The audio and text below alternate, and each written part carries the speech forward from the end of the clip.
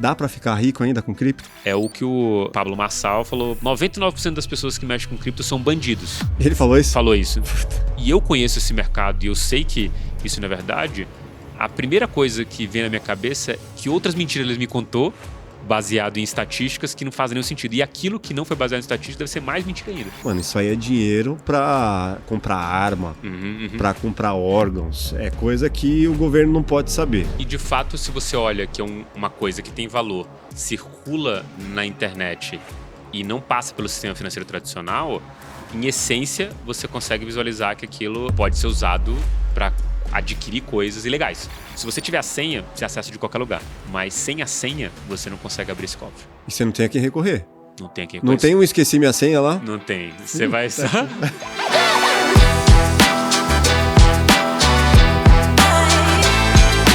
Fala galera, tudo bem com vocês? Meu nome é Carlos Maff, estamos aqui para mais um episódio do Plugado Podcast. Hoje vamos falar sobre criptomoedas. Afinal, você sabe o que é cripto? Dá para ficar rico ainda em cripto em 2024? Não sei. Tem aqui do meu lado direito, ele que é especialista, tá sempre aqui, André Franco. Salve, salve, André. Maravilha, obrigado, Maff, pelo convite. Salve, pessoal. Pô, já viu tantas vezes aqui, é a primeira vez como convidar, né? Exatamente, tô me sentindo estranho aqui, sempre tava nessa posição. Sempre agora tá aqui no mesmo lugar, gravando o MB. Me diz aí, dá para ficar rico ainda com cripto? Dá, com certeza. A gente está falando de uma tecnologia disruptiva que a gente nem entende os impactos dela ainda. A gente está começando a entender. Para mim, de novo, eu gosto de falar sempre sobre a internet, né? A mesma coisa, você está começando a ver o que é um e-mail. Você fala, nossa, maravilhoso. Você não consegue projetar um Facebook, um Instagram, uma série de coisas que aconteceram na sequência. Acho que estamos falando de uma tecnologia tão disruptiva quanto isso. Hoje, o objetivo é explicar desde um adolescente. Boa. Imagine, minha filha está lá assistindo, 15 anos, e o meu pai, os meus pais, 75 anos. Então, essa galera precisa entender. Tem aqui na equipe pessoas que editam episódios que falam sobre cripto e ainda não entenderam. André, hoje a sua missão é explicar de uma forma didática, cara. Dá para explicar de uma forma didática? Acho que...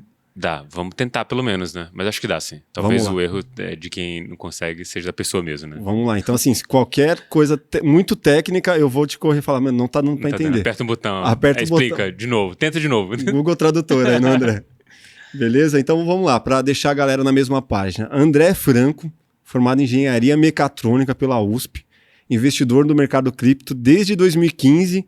2017 começou a analisar o mercado cripto de forma fundamentalista, você também vai explicar o que é isso, e é head da área de research do mercado Bitcoin, mais uma coisa que a galera não sabe. É isso mesmo?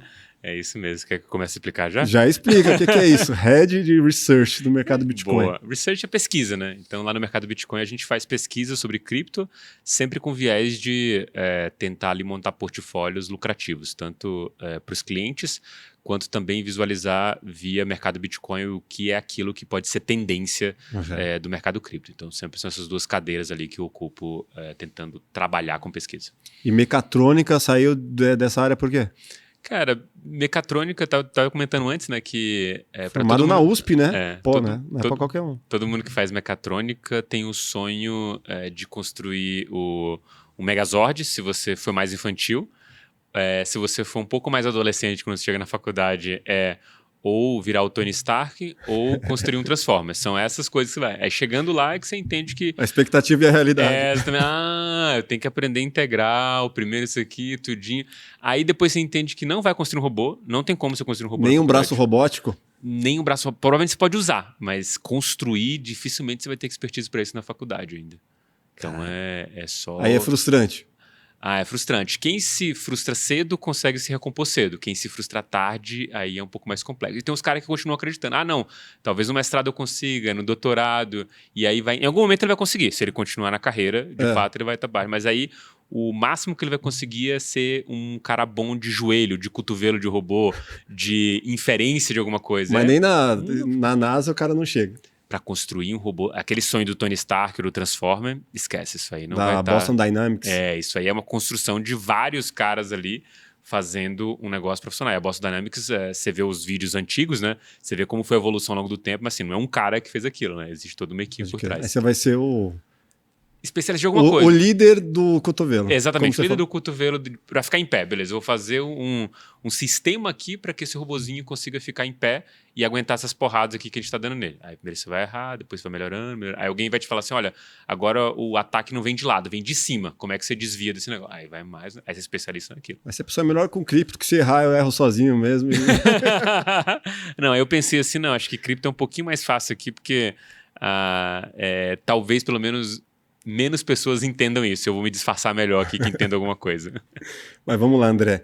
O que, de fato, é uma criptomoeda? Acho que vale deixar claro. O que é criptomoeda? Existe mais de uma, né? Mas o que é a cripto? Legal. Cripto, acho que vamos partir pela etimologia da palavra em si. A gente está falando que esse termo cripto ele vem de criptografia. Então, as bases de criações das criptomoedas é criptografia. Essa é a essência do que a gente está falando que é uma criptomoeda. Quando a gente vem para a definição de criptomoeda, a gente pega a parte de moeda, ou seja, naturalmente a gente está querendo se equiparar a alguma coisa que as pessoas já entendam. Então, quando eu vou te explicar uma coisa aqui, eu quero te explicar por aquilo que você conheça. Se eu vou te falar sobre, te descrever o que é um Kindle, eu falo, é um livro, só que com vários livros dentro que você lê tudo de uma vez aqui. Então, tipo, eu tô partindo do ponto que você conhece. Bom, só para eu traduzir então, porque imagina, meu pai tá lá assistindo. Ele vai falar, o que é criptografia? Ele já não sabe. Legal, boa. Então, criptografia é um código que tá ali e você não consegue tirar. Você não consegue descrevafar. Tipo, tudo hoje que você usa online, por exemplo, quando você vai, aí provavelmente acho que seu pai deve ter comprado alguma coisa na internet, quando ele digita... Meu pai sabe mexer no WhatsApp e no YouTube. No YouTube, dá pra usar exemplo, eu vou usar o exemplo do cartão de crédito que seja mais Tá bom. Ele sabe fazer Pix agora. Sabe fazer Pix? Sabe. Beleza. Quando ele digita lá o Pix, a conta da pessoa, o e-mail, alguma coisa assim, o banco que está recebendo essa informação lá, ele não sabe qual que aquele endereço você está mandando. Na verdade, ele criptografa aquilo e consegue passar a informação criptografada. Tudo na internet, quando a gente está falando de dados sensíveis, são passados dessa forma. Então, uma codificação, né? É uma codificação, basicamente isso. Para que você, no teu site, se receba alguma coisa que seja sensível dos meus dados, seja o cartão de crédito, mas nem você saiba. E a comunicação é feita totalmente criptografada. É mais ou menos uma assim. Mensagem embaralhada. Embaralhada, é uma mensagem embaralhada. Tipo, eu digitei ABC, ele bota qualquer coisa lá com 3 letras ou mais, e o outro lado entende que aquilo é o ABC também. Só que ninguém tem acesso a esse dado ABC, só as máquinas que estão rodando ali. Outro dia eu estava explicando para minha filha o que é isso. Aí eu falei assim, sabe quando vocês estão conversando na língua do P, que é essa língua que vocês fazem, e só vocês sabem, uma que está numa ponta e outra na outra ponta?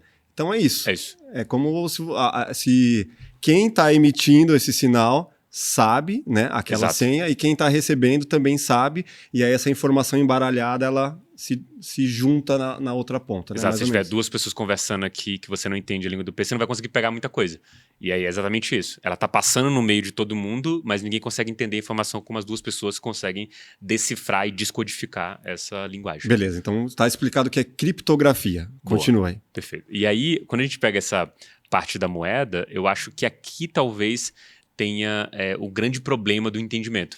Porque muitas das coisas que a gente entende como definição de moeda, elas não estão totalmente claras na nossa cabeça. Que é tipo, beleza, o que é dinheiro? Aí você fala, pô, meu dinheiro é o real, é o cara que eu mando dinheiro no banco e tudo mais. Só que existe toda uma construção histórica do que é dinheiro no mundo. E a gente não para refletir sobre isso. E aí é que eu acho que vem a grande parte dos problemas de entendimento de criptomoeda. Porque a principal justificativa das pessoas pô, André, mas moeda é um país que emite. É o real aqui no Brasil, é o dólar nos Estados Unidos, e aí talvez seja o grande problema. Quando a gente fala de criptomoeda de fato, a gente quer falar de alguma coisa que tem valor e que eu consiga transacionar. Essa é a essência do que é uma criptomoeda, aquilo que tem valor e eu consigo transacionar. Esse talvez seja o jeito mais simples de eu entender. E aí a dificuldade talvez vai evoluindo, porque a gente está falando de algo estritamente digital. Por mais que hoje você faça o Pix e dificilmente, talvez, se estiver em grande cidade, você pega o dinheiro fisicamente, até com o Pix isso foi revolução para todo mundo, você ainda tem a referência da coisa física. Nas criptomoedas, elas só existem de maneira digital. Hoje eu acho que a gente já superou várias dessas barreiras, mas ainda assim é algo muito complexo para a maioria das pessoas.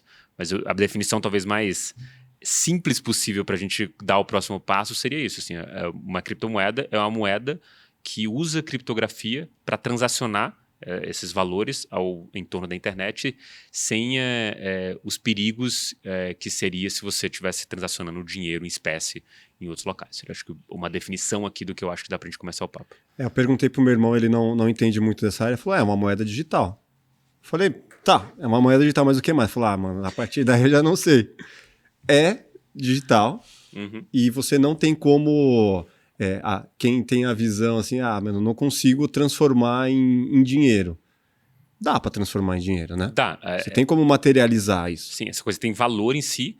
Tipo, por exemplo, vamos pegar o exemplo da maior, do Bitcoin.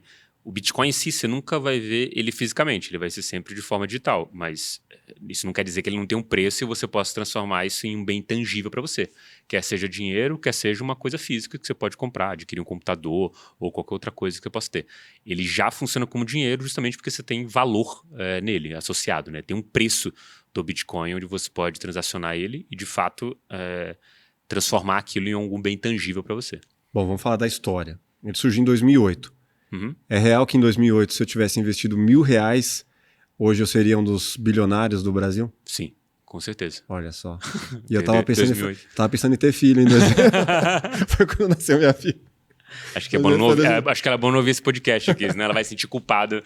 Tá vendo? Tá vendo? Não investi porque eu tava... Mas fala aí, quem investiu em 2008, então, hoje... Sim, R$1.000 seria bilionário. E por que surgiu? Como que foi a ideia do cara que inventou? Pô, esse contexto é bem interessante porque acho que uma das coisas mais interessantes sobre estudar a história do mundo como um todo é ver, primeiro, uma das coisas que talvez uma leitura errada das pessoas, que a gente acha sempre que as coisas aconteceram porque deveriam acontecer, mas na verdade tem múltiplas possibilidades naquele momento e a gente conta a história de maneira linear. Mas contando essa história de maneira linear, a gente... qual o momento do nascimento do Bitcoin? A gente tem um 2008 com a crise do subprime nos Estados Unidos, que foi basicamente um momento em que as pessoas que tinham mais dinheiro quebraram o sistema, trouxeram uma série de problemas por essa ganância e principalmente nessa questão de ter essa ganância por fazer mais dinheiro com o dinheiro que tem, que basicamente... Foi a época da bolha lá, né? Isso, da bolha do subprime, da bolha da hipoteca americana. Das questão hipotecas. Imobiliária. Isso, né? questão imobiliária lá. Porque era basicamente uma pessoa pegava, comprava uma casa, aquela casa se valorizava, ele estava pagando uma hipoteca, ele reipotecava ela, então se você compra uma casa de 100 mil, você consegue pegar um dinheiro emprestado naquela casa de 70. Só que agora aquela casa vale 200, então você consegue pegar mais dinheiro naquela casa. Aí você pegou mais dinheiro, comprou outra casa, reipotecou e começa a fazer um sistema desse. Assim, tinha gente com 5, 6 casas e não tinha condição de pagar nem a primeira. É quase uma lógica de pirâmide, né? Exatamente, perfeitamente, uma lógica de pirâmide. E o mercado americano incentivou isso. E aí o que aconteceu foi assim, você tinha várias pessoas da classe média ali fazendo esse tipo de estrutura, mas você tinha todo um mercado que vendia essas estruturas de hipoteca para o mundo como um todo. E aí você criou um esquema piramidal, de fato, o negócio veio a ruir, quebrou muita gente, empresas pelo mundo quebraram, pessoas que acreditavam que estavam investindo no mercado imobiliário americano, que àquela altura é extremamente seguro, achavam que estavam investindo, é a mesma coisa que eu investir no Tesouro Americano isso aqui, e não era. E aí quando o negócio veio à tona de fato, o cara que tinha um negócio que em teoria não deveria cair mais do que 10% no pior cenário possível, viu o negócio cair 80%. Aí o que o Satoshi Nakamoto, né, visualizou ali? Ele falou assim, olha, o problema é que o dinheiro está centralizado.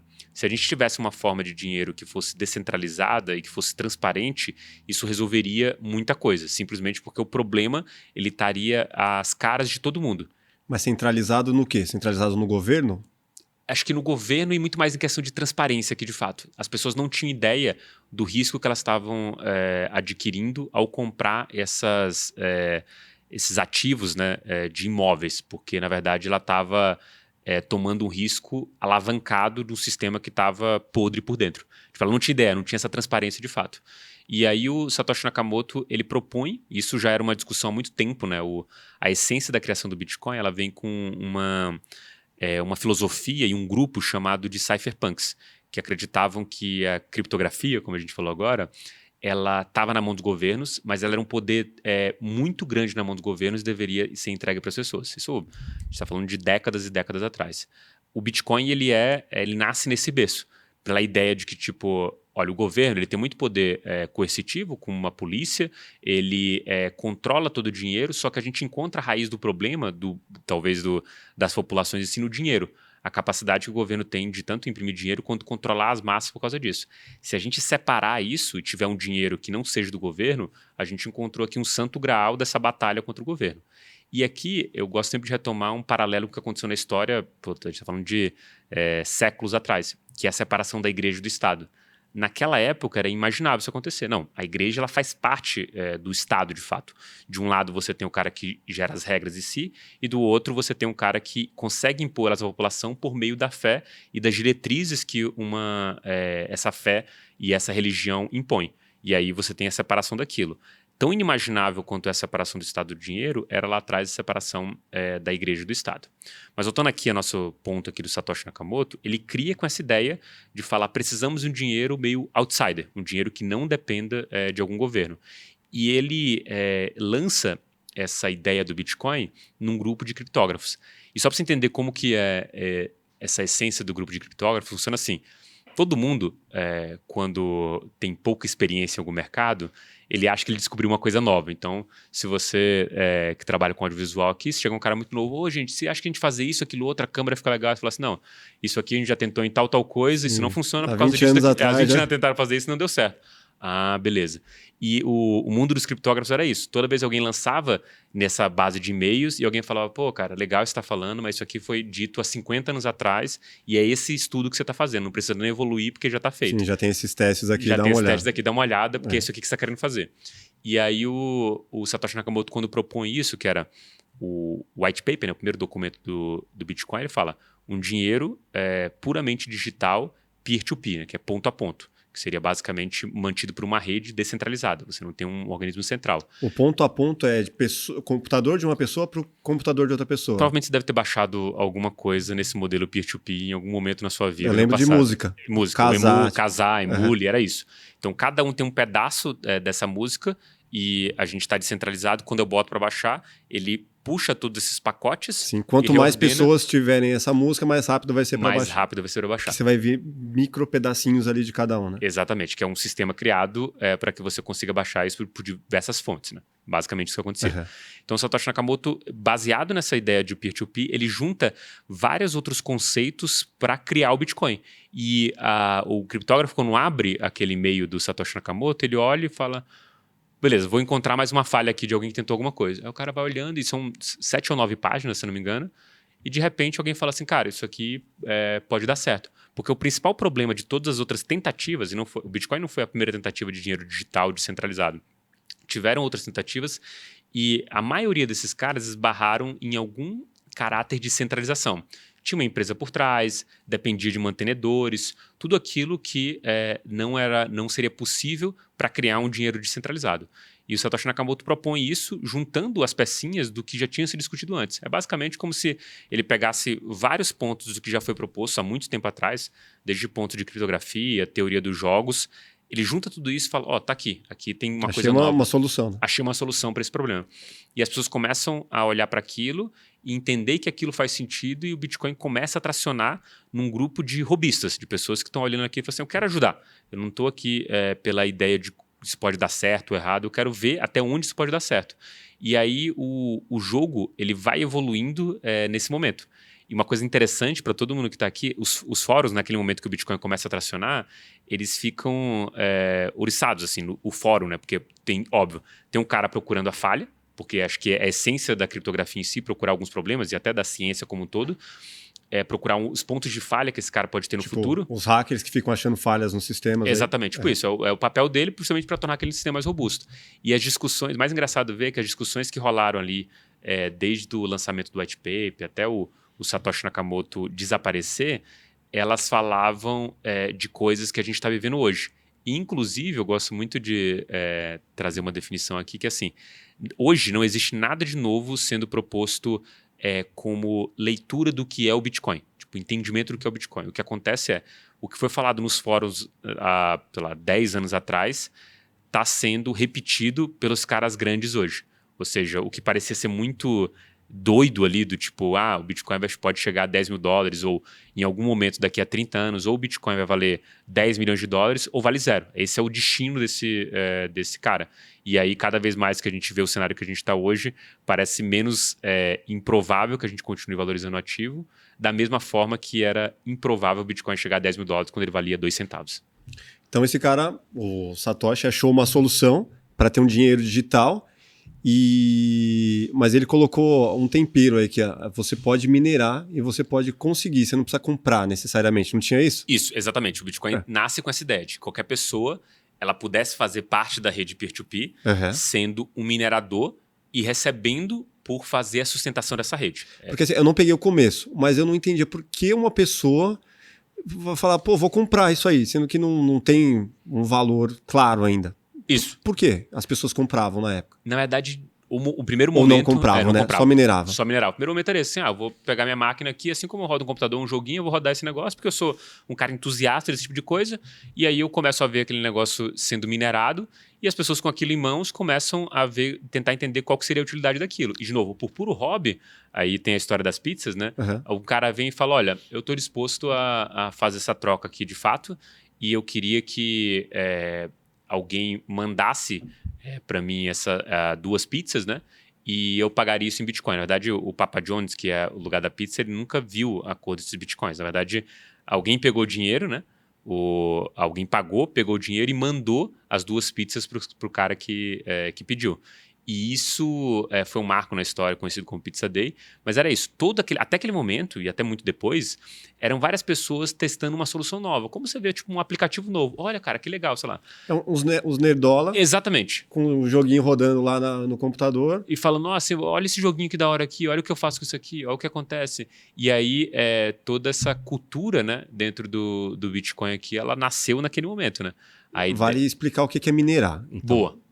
Legal. Porque é uma coisa fundamental, assim, Perfeito. de cripto, né? A mineração no Bitcoin, ela é a forma como os Bitcoins são criados. Então, assim, tem uma programação da emissão do Bitcoin. Então, você tem o momento que o Bitcoin é criado e ele tem uma programação. Essa programação segue uma ideia de que os primeiros a chegarem vão ser melhores servidos. Que é a ideia de que, assim, você chegou, você vai conseguir minerar a maior parte dos Bitcoins. Você tem mais chances. Você tem mais chance. E a cada 4 anos, você vai diminuir a emissão dos Bitcoins. É como se você chegasse num solo que tem minérios e joias e ouro, e você chegou primeiro, a possibilidade de você achar é maior. Talvez tenha alguma relação, né? O lance do minerar, de você... Não, com certeza é isso. É isso. Com a diferença de que eu tenho um solo e falo, galera, tem um negócio novo aqui para vocês virem aqui garimpar. Alguém fala o que é. Aí o cara fala, é Sbrubble. Aí eu falo, beleza, o que é Sbrubble? Não sei. Mas como você está mandando... Não sei, cara. Eu acho que isso aqui pode ser bom no futuro e tudo mais. Se você quiser chegar cedo aqui e minerar, você vai encontrar muito. Sim, você vai ter mais chance. Você vai ter mais chance. Se demorar para mais, talvez isso valha alguma coisa e atrai mais gente. E quanto mais gente atrair, mais difícil vai ser isso. Então, os primeiros a servir... E as pessoas foram? Foram. Olha só. Por hobby. Na ideia de que, tipo... Era todo mundo ali que se envolveu com a mineração do Bitcoin, tinha alguma capacidade técnica e entendimento de software, né, de fato, e estava envolvido com a comunidade dos cypherpunks, nessa ideia da criptografia. Ser programadores, né? Sim, acho que basicamente a redoma era programadores que se envolveram com isso muito cedo. E aí o cara botou o computador para trabalhar, recebeu uns Bitcoins. E aí, nessa primeira vez que tem o preço do Bitcoin, você começa a ver uma busca por esse ativo. E aí entra a parte dos especuladores, que é o cara que está lá na internet, assim como tem uma série de cassinos hoje no mercado, o cara está lá, está vendo que o negócio tem preço, que varia preço, e ele fala, cara, isso aqui pode me dar dinheiro de alguma forma. Então, e se eu minerar e vender esse negócio aqui por esse preço? Se eu começar a minerar no meu computador, receber esse negócio, agora tem preço. E aí eu faço conta, deixo lá o negócio rodando vários dias e recebo alguns centavos, reais. Só para entender, esse lance de fazer com que as pessoas minerem, ele estava pegando essas pessoas e transformando elas em servidores para que... Exatamente. Para que elas facilitassem, né, o peer-to-peer de várias pessoas? Exatamente. É isso que na mesma forma que você baixava o que o Emule lá fazia para você. Ele falava, Enquanto você estiver baixando, você vai estar emitindo pacote também. Você vai compartilhar. Você vai compartilhar. Então, você está ali. E algumas pessoas deixavam o computador ligado, baixando uma série de coisas e emitindo pacote para outros. Então, tinha um upload e um download aqui. E aí, em contrapartida, você pode achar uma fraçãozinha ali de algo que vale a algo. Exatamente. No Bitcoin era isso. Ó, você vai dar o seu computador para isso e aí eu vou te remunerar com Bitcoins. Agora, para remuneração, é essa lógica que segue aqui. Você vai ficar fazendo uma série de cálculos matemáticos aqui e esses cálculos matemáticos, no momento que você achar uma solução, eu vou te pagar 50 Bitcoins, no primeiro momento, pelo bloco que você achou. Então, era tipo todo mundo, do mundo inteiro, a cada 10 minutos, concorrendo com tentando achar uma solução para um novo problema, né, que era um problema diferente, no tentativa e erro. Imagina assim, uma equação gigantesca em que você tem x para todo lado e você tem que chutar o x igual a 0.1, x igual a 0.11, x igual a... Binário, né? Testando todos os valores aqui possíveis para resolver essa equação. É basicamente e placa de vídeo que fazia isso. Na época, você poderia fazer com uma CPU normal. Ah, tá. Só que aí, imagina, muita gente querendo, o sistema do Bitcoin, ele se adapta.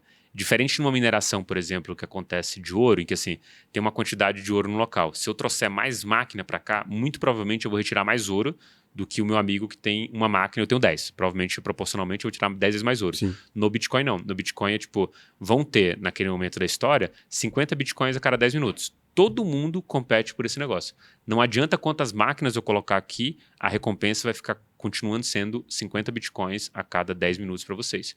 Então não muda, não acelera esse processo de mineração do Bitcoin. Mas a mineração em si era isso. Você me empresta poder computacional, não por altruísmo nem nada, pelo menos na estrutura, desde que o negócio teve um preço, você vai fazer uma conta. Eu vou deixar um computador ligado, eu vou receber uns Bitcoins e eu posso vender ele por algum preço. Então, a partir do momento que o Bitcoin tem preço, as pessoas façam fazer conta.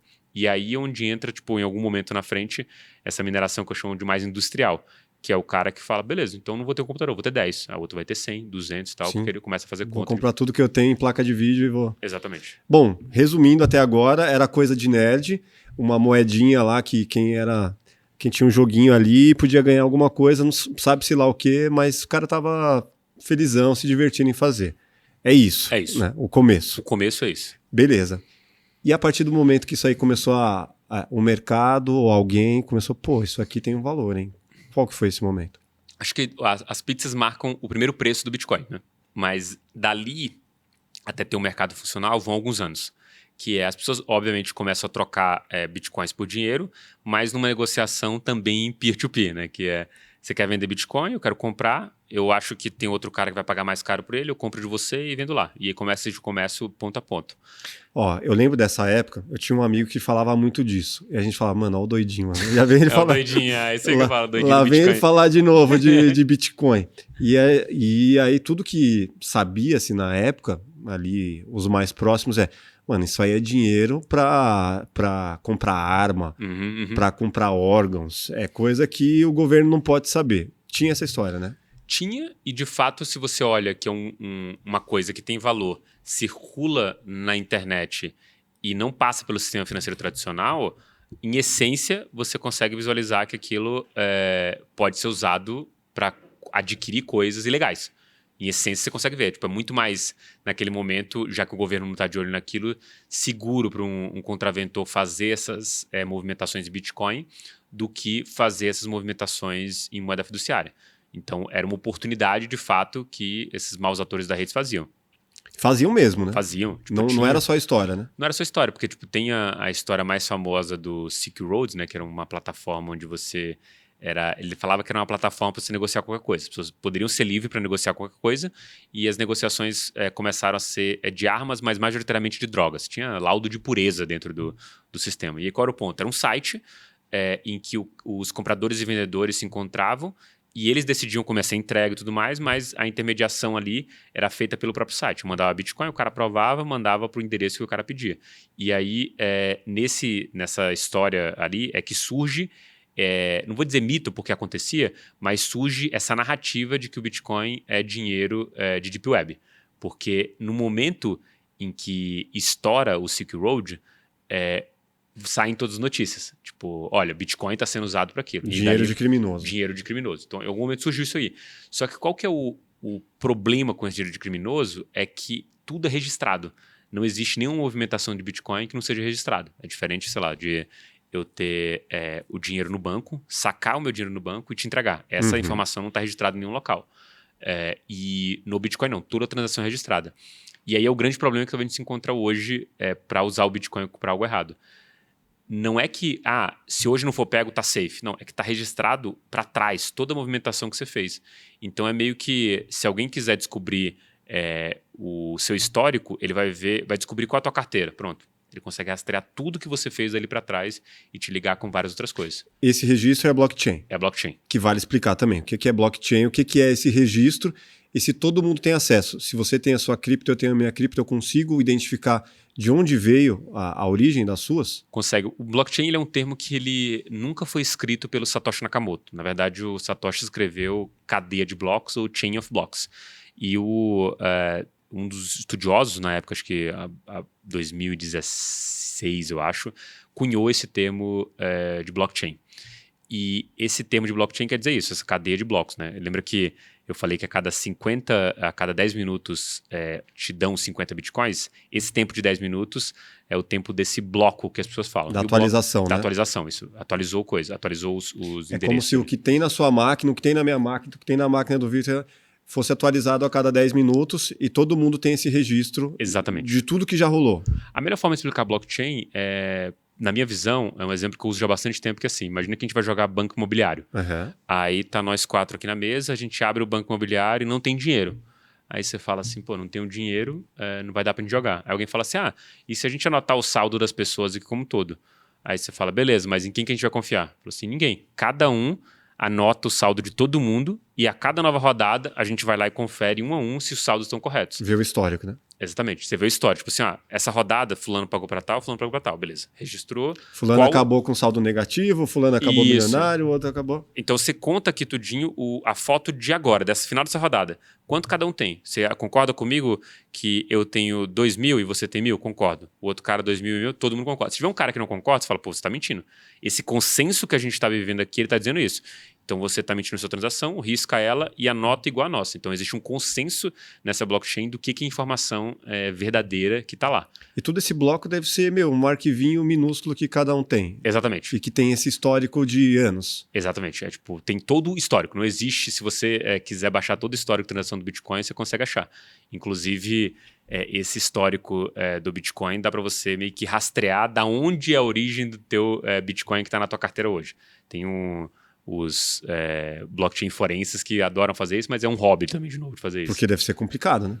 Não, complicado. Assim, é complicado porque você precisa ter expertise para entender o que está sendo escrito ali, mas a partir do momento que você entende, acaba sendo basicamente apertar um botão para entender a origem daquele negócio, né? Mas, em teoria, então, é totalmente o oposto do que eu pensava, que é um dinheiro que você não consegue rastrear, que você consegue comprar qualquer coisa, que você consegue pagar, seja lá o quê, mas se tem todo esse registro, não. Exatamente. É a pior forma de você tentar ocultar alguma coisa de alguém hoje em dia. Por quê? Porque o ponto a cada nova movimentação que você fizer, você vai estar abrindo brecha para alguém saber onde você tá, de quem você é. Exemplo, eu tenho uma carteira aqui que eu recebi dinheiro de alguém e está aqui parada. Ninguém sabe quem eu sou. A partir do momento em que eu movimentar para uma exchange, por exemplo, uma corretora e tentar vender, naquele local eles têm todos os meus dados. Então ele vai saber que aquele endereço movimentou para lá. Então eu consigo meio que puxando um novelo e vendo todas as movimentações que você nessa carteira fez a priori. Então assim, é o pior sistema não porque você pode ser pego hoje, você pode ser pego em qualquer momento no futuro. Se você fez alguma coisa errada usando cripto e cada vez mais esses dados vão ser entendidos, porque se eu descobrir um endereço de quem pertence, eu sei toda a movimentação que esse cara fez anteriormente. Então fica muito claro. E fica claro depois, talvez. Você não precisa descobrir agora. Vários golpes dentro do mercado do cripto foram desvendados a posteriori e os seus culpados... Anos depois o pessoal descobriu. E além disso, pela transparência, você tem a capacidade de qualquer pessoa conseguir ver. O blockchain é transparente. Você pode baixar o blockchain todinho do Bitcoin e ver quais endereços tem o quê. André, mas eu não sei qual endereço é qual. Beleza, mas se você tiver uma pista, vamos supor que você está tentando descobrir alguma coisa, uma pista de quem é aquele dono daquele endereço, você consegue desatar toda a história de movimentação desse cara. Então é meio que assim, um jogo de quebra-cabeça. Você vai pegando as peças, juntando e entendendo aquilo. Então, por isso, é a pior forma de você tentar esconder qualquer coisa de governos ou fazer coisa errada com Bitcoin. Porque vão descobrir. Pode não ser hoje, mas no futuro, se alguém puxar esses dados, vai estar lá registrado para sempre. Não tem como apagar. Eu vou voltar nessa questão do governo, que é algo que gera bastante dúvida. Mas por que da escassez da moeda? Esse lance de, ele vai ficando escasso com o passar do tempo e vai chegar uma hora que não vai ter mais o que minerar. Legal. Essa é a estrutura que o Satoshi criou lá atrás. Então, assim, vão ser 21 milhões de bitcoins minerados com um calendário muito preciso de como vai acontecer. Então, a primeira época do Bitcoin, 50 bitcoins por bloco. Depois de 4 anos, corta pela metade, 25. 12,5, 6,25 que a gente já passou no último halving, agora está 3,17125. 3 bitcoins gerados a cada 10 minutos, mais ou menos. Isso dá uns 450 bitcoins por dia.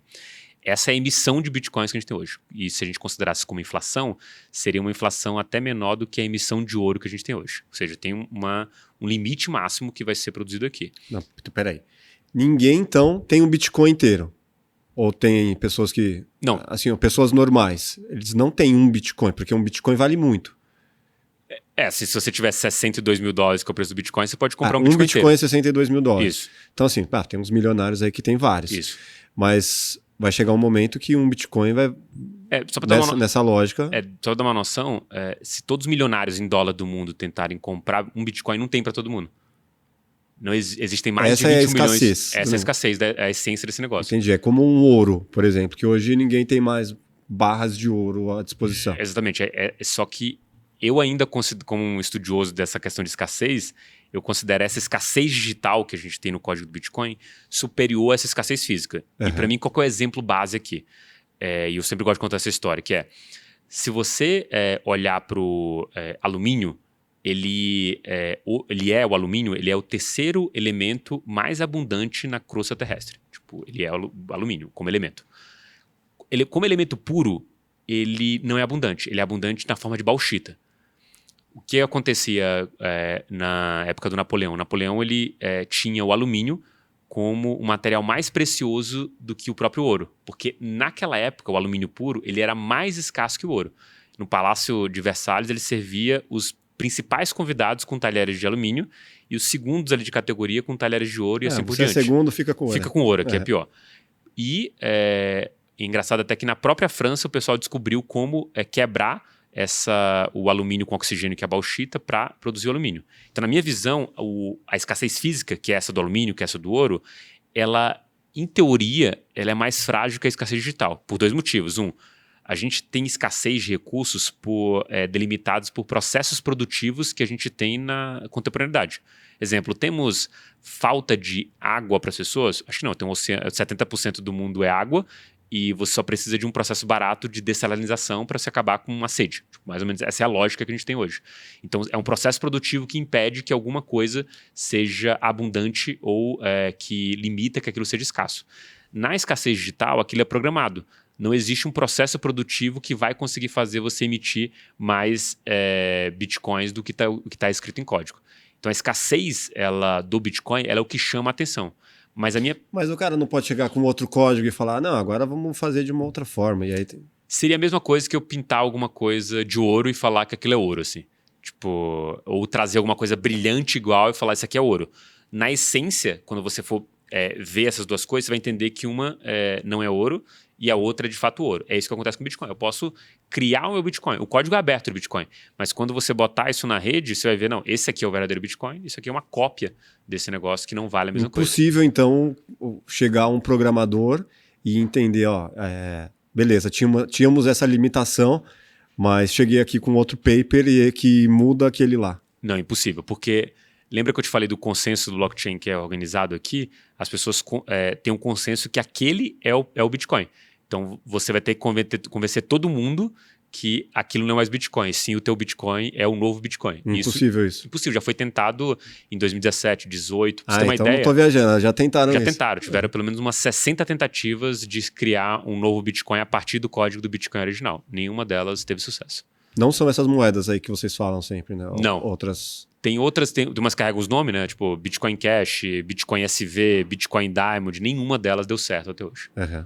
Ethereum não é uma tentativa dessa. Não, Ethereum é uma outra coisa. É usar a tecnologia por trás do Bitcoin para trazer algo novo de usabilidade. Não é a tentativa de ser um novo Bitcoin. Tá. Criptos são seguras mesmo? Cara, sim. A tecnologia em si é muito segura. Então, tal que as leituras que a gente tem hoje é muito mais do risco, como tudo de segurança, da pessoa em si do que da tecnologia de fato. Tipo, o risco que tem é você cair num golpe e mandar suas criptos para alguém que está te aplicando esse golpe. E aí não vou dizer um problema, mas assim, o grande desafio aqui. Não tem volta, não tem um saque para você ligar. Eu queria que você explicasse como que é, decidi, sobrou uma grana, quero comprar uns bitcoins. O que eu faço? Onde eu vou? Qual é o site que eu entro? Como que eu faço esse processo? Porque assim, antes da gente entender se é seguro ou não, como que eu compro? Legal. Cara, nos tempos primórdios ali do Bitcoin seria um pouco mais complexo. Hoje é extremamente fácil. Você tem inúmeras opções na tua frente, na palma da tua mão. O Nubank oferece, os bancos, a maioria dos bancos oferecem, mas aí você não tem fundamento, você fala, o que eu vou comprar isso aqui? Assim, é tão simples quanto comprar isso. Agora, entender por que você está comprando, aí é um passo para trás. Da mesma forma que você pode ter alguns outros investimentos, qual é a ideia de você ter esses investimentos? A gente tem que entender onde que está a caixinha do Bitcoin. Se você investe em renda fixa, eu vou fazer aqui minha reserva de emergência e vou investir boa parte do meu dinheiro. Eu invisto aqui em fundos imobiliários. Legal, vai ser uma parcela menor e você está buscando ali retorno recorrente a partir dos aluguéis que você vai receber. Invisto em ações, quero ações que pagam dividendo, quero ações que cresçam bastante. Beleza, está aquilo também. Quando você vai para cripto, aqui a gente está falando de um percentual ainda menor que você deve alocar, com a perspectiva de pelo menos ali de investimento, na minha visão, de médio e longo prazo, então 4 anos pelo menos para você pensar, onde realmente acontece essas valorizações estratosféricas.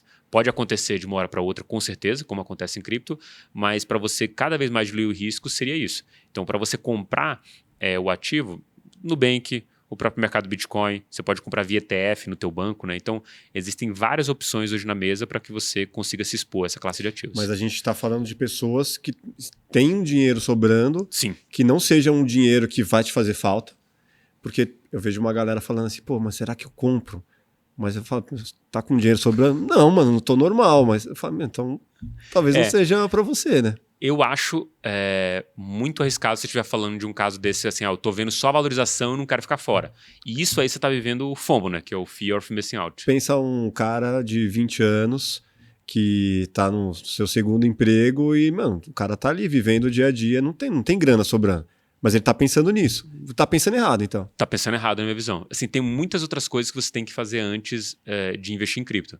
Primeiro, se você não tem uma grana que você top investir, você vai precisar dela logo, você fica dependente do caminho. Por exemplo, se eu te falar hoje assim, olha, Mafra, você vai investir hoje e eu te garanto, estatisticamente, pelo que já havia acontecido com o Bitcoin, que em 4 anos é impossível você estar no prejuízo. Então, se você mil reais hoje, pelo menos em 4 anos você vai ter 1.001. Você não vai perder dinheiro com esse negócio aqui de fato. Óbvio que a expectativa pode ser muito maior que aquilo. Aí você fala, beleza. Não vou perder. Esse foi o combinado que eu dei. Eu pelo menos posso te dar um combinado, tipo, você não vai perder para Selic, vamos dizer assim.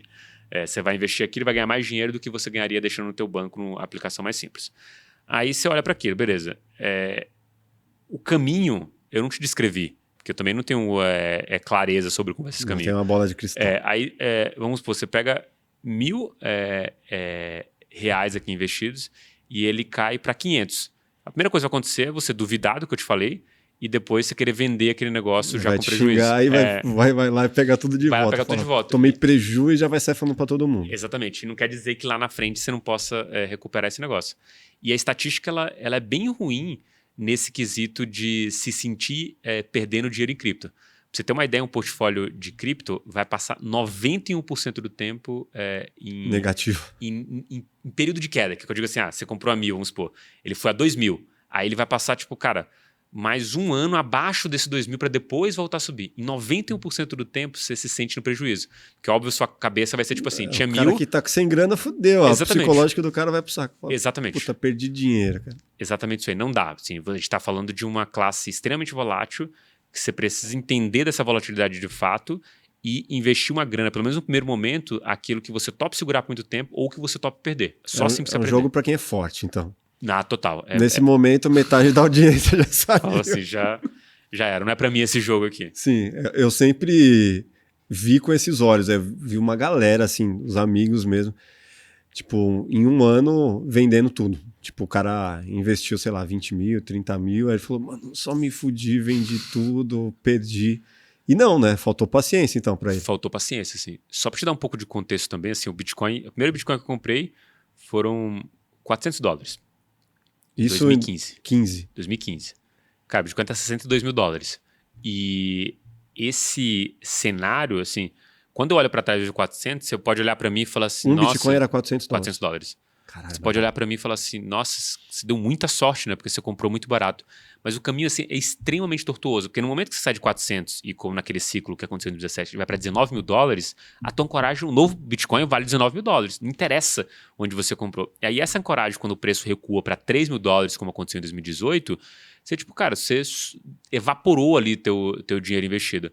Se você não tem uma convicção de fato e estuda aquilo, é muito fácil você largar como todo mundo largou o mercado em 2018. O que você está falando? Assim, puta, me perdi, vou vender esse negócio. Sim. E a gente tem esse ciclo de 4 anos que se repetem. As pessoas fazem essa mesma besteira recorrentemente. Ou compram no momento mais alto e vendem no pior momento. Você já ganhou milhões Já. com cripto? No ciclo de 2021, eu me tornei milionário por causa tanto de uma recomendação que eu dei, quanto uma recomendação que eu segui, que é a mesma recomendação que tem a ver com jogos. Por isso que eu digo que, na primeira pergunta que você fez, dá para ganhar dinheiro com cripto? Dá. É uma tecnologia que vai acrescentar novas disrupções na nossa sociedade por essa tecnologia básica. Eu, de novo, apresento pela internet, que é o que é a internet, o que ela possibilitou de oportunidades para todo mundo. Tipo assim, a gente está fazendo isso aqui, gravando esse negócio no YouTube, por causa de uma disrupção que a internet possibilitou, que foi o YouTube. Sim. Essa descentralização da produção de conteúdo, que era um negócio muito nichado para uma TV, por exemplo, fazer. Mas eu vejo de fora, né? Eu vejo vocês sempre falando, puta, caiu. Vai subir daqui a 2 anos. Aí eu vejo que cai de novo. Então, você olha no histórico lá, é meio que previsível, né? As coisas Sim. que vão acontecer. Sim. Normalmente tem uma subida, mas cai. Não é meio que um joguinho de cartas marcadas, assim, de grandes corporações ou de grandes milionários que quem é pequeno só fica se fudendo no meio do caminho? Cara, eu acho que se você entender como funcionam os ciclos e tiver estômago, você se sai muito bem.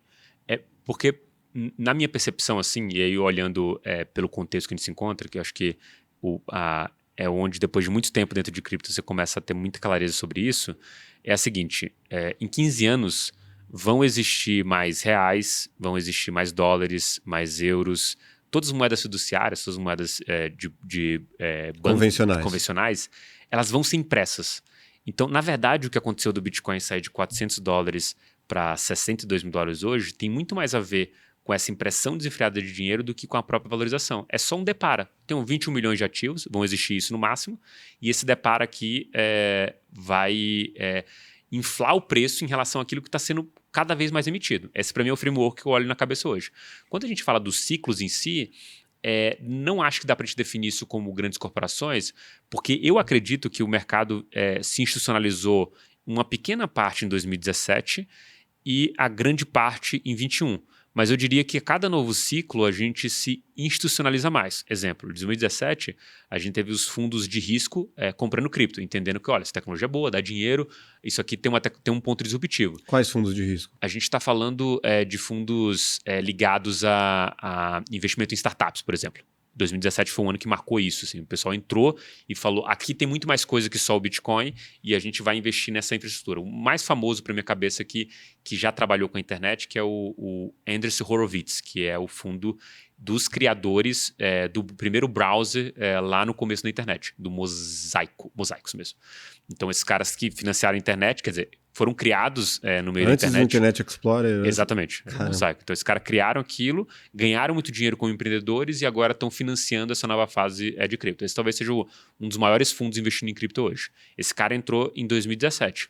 Dali, a gente teve em 21 a entrada de fundos globais, fundos que a gente poderia chamar de multimercados ou hedge funds, fundos bilionários colocando dinheiro em cripto. E agora, nesse ciclo, a gente tem a empresa trilionária, que é a BlackRock, sendo a principal advogada dos ETFs de Bitcoin, que é basicamente, pessoal, assim, um jeito fácil de você investir em Bitcoin. O fato de você hoje entrar no teu banco, no home broker, comprar via ETF, tem a ver com essa facilidade. Você não podia fazer aquilo antes, e agora você pode fazer. Então, assim, cada vez mais esse jogo, ele vira um jogo de grandes corporações. Mas... As grandes baleias, né? Mas majoritariamente ainda são de pessoas que vieram dos ciclos anteriores. Então, eu não diria que talvez esteja uma grande manipulação de corporações, mas eu acho que cada vez mais esse jogo ele vai ser jogado pelo institucional e menos pelo varejo em si. Essa institucional, você está falando El Salvador. É a moeda oficial de um país. Sim. A que ponto os governos vão pegar isso para eles? Esse talvez seja uma coisa que a gente vai ver num próximo ciclo.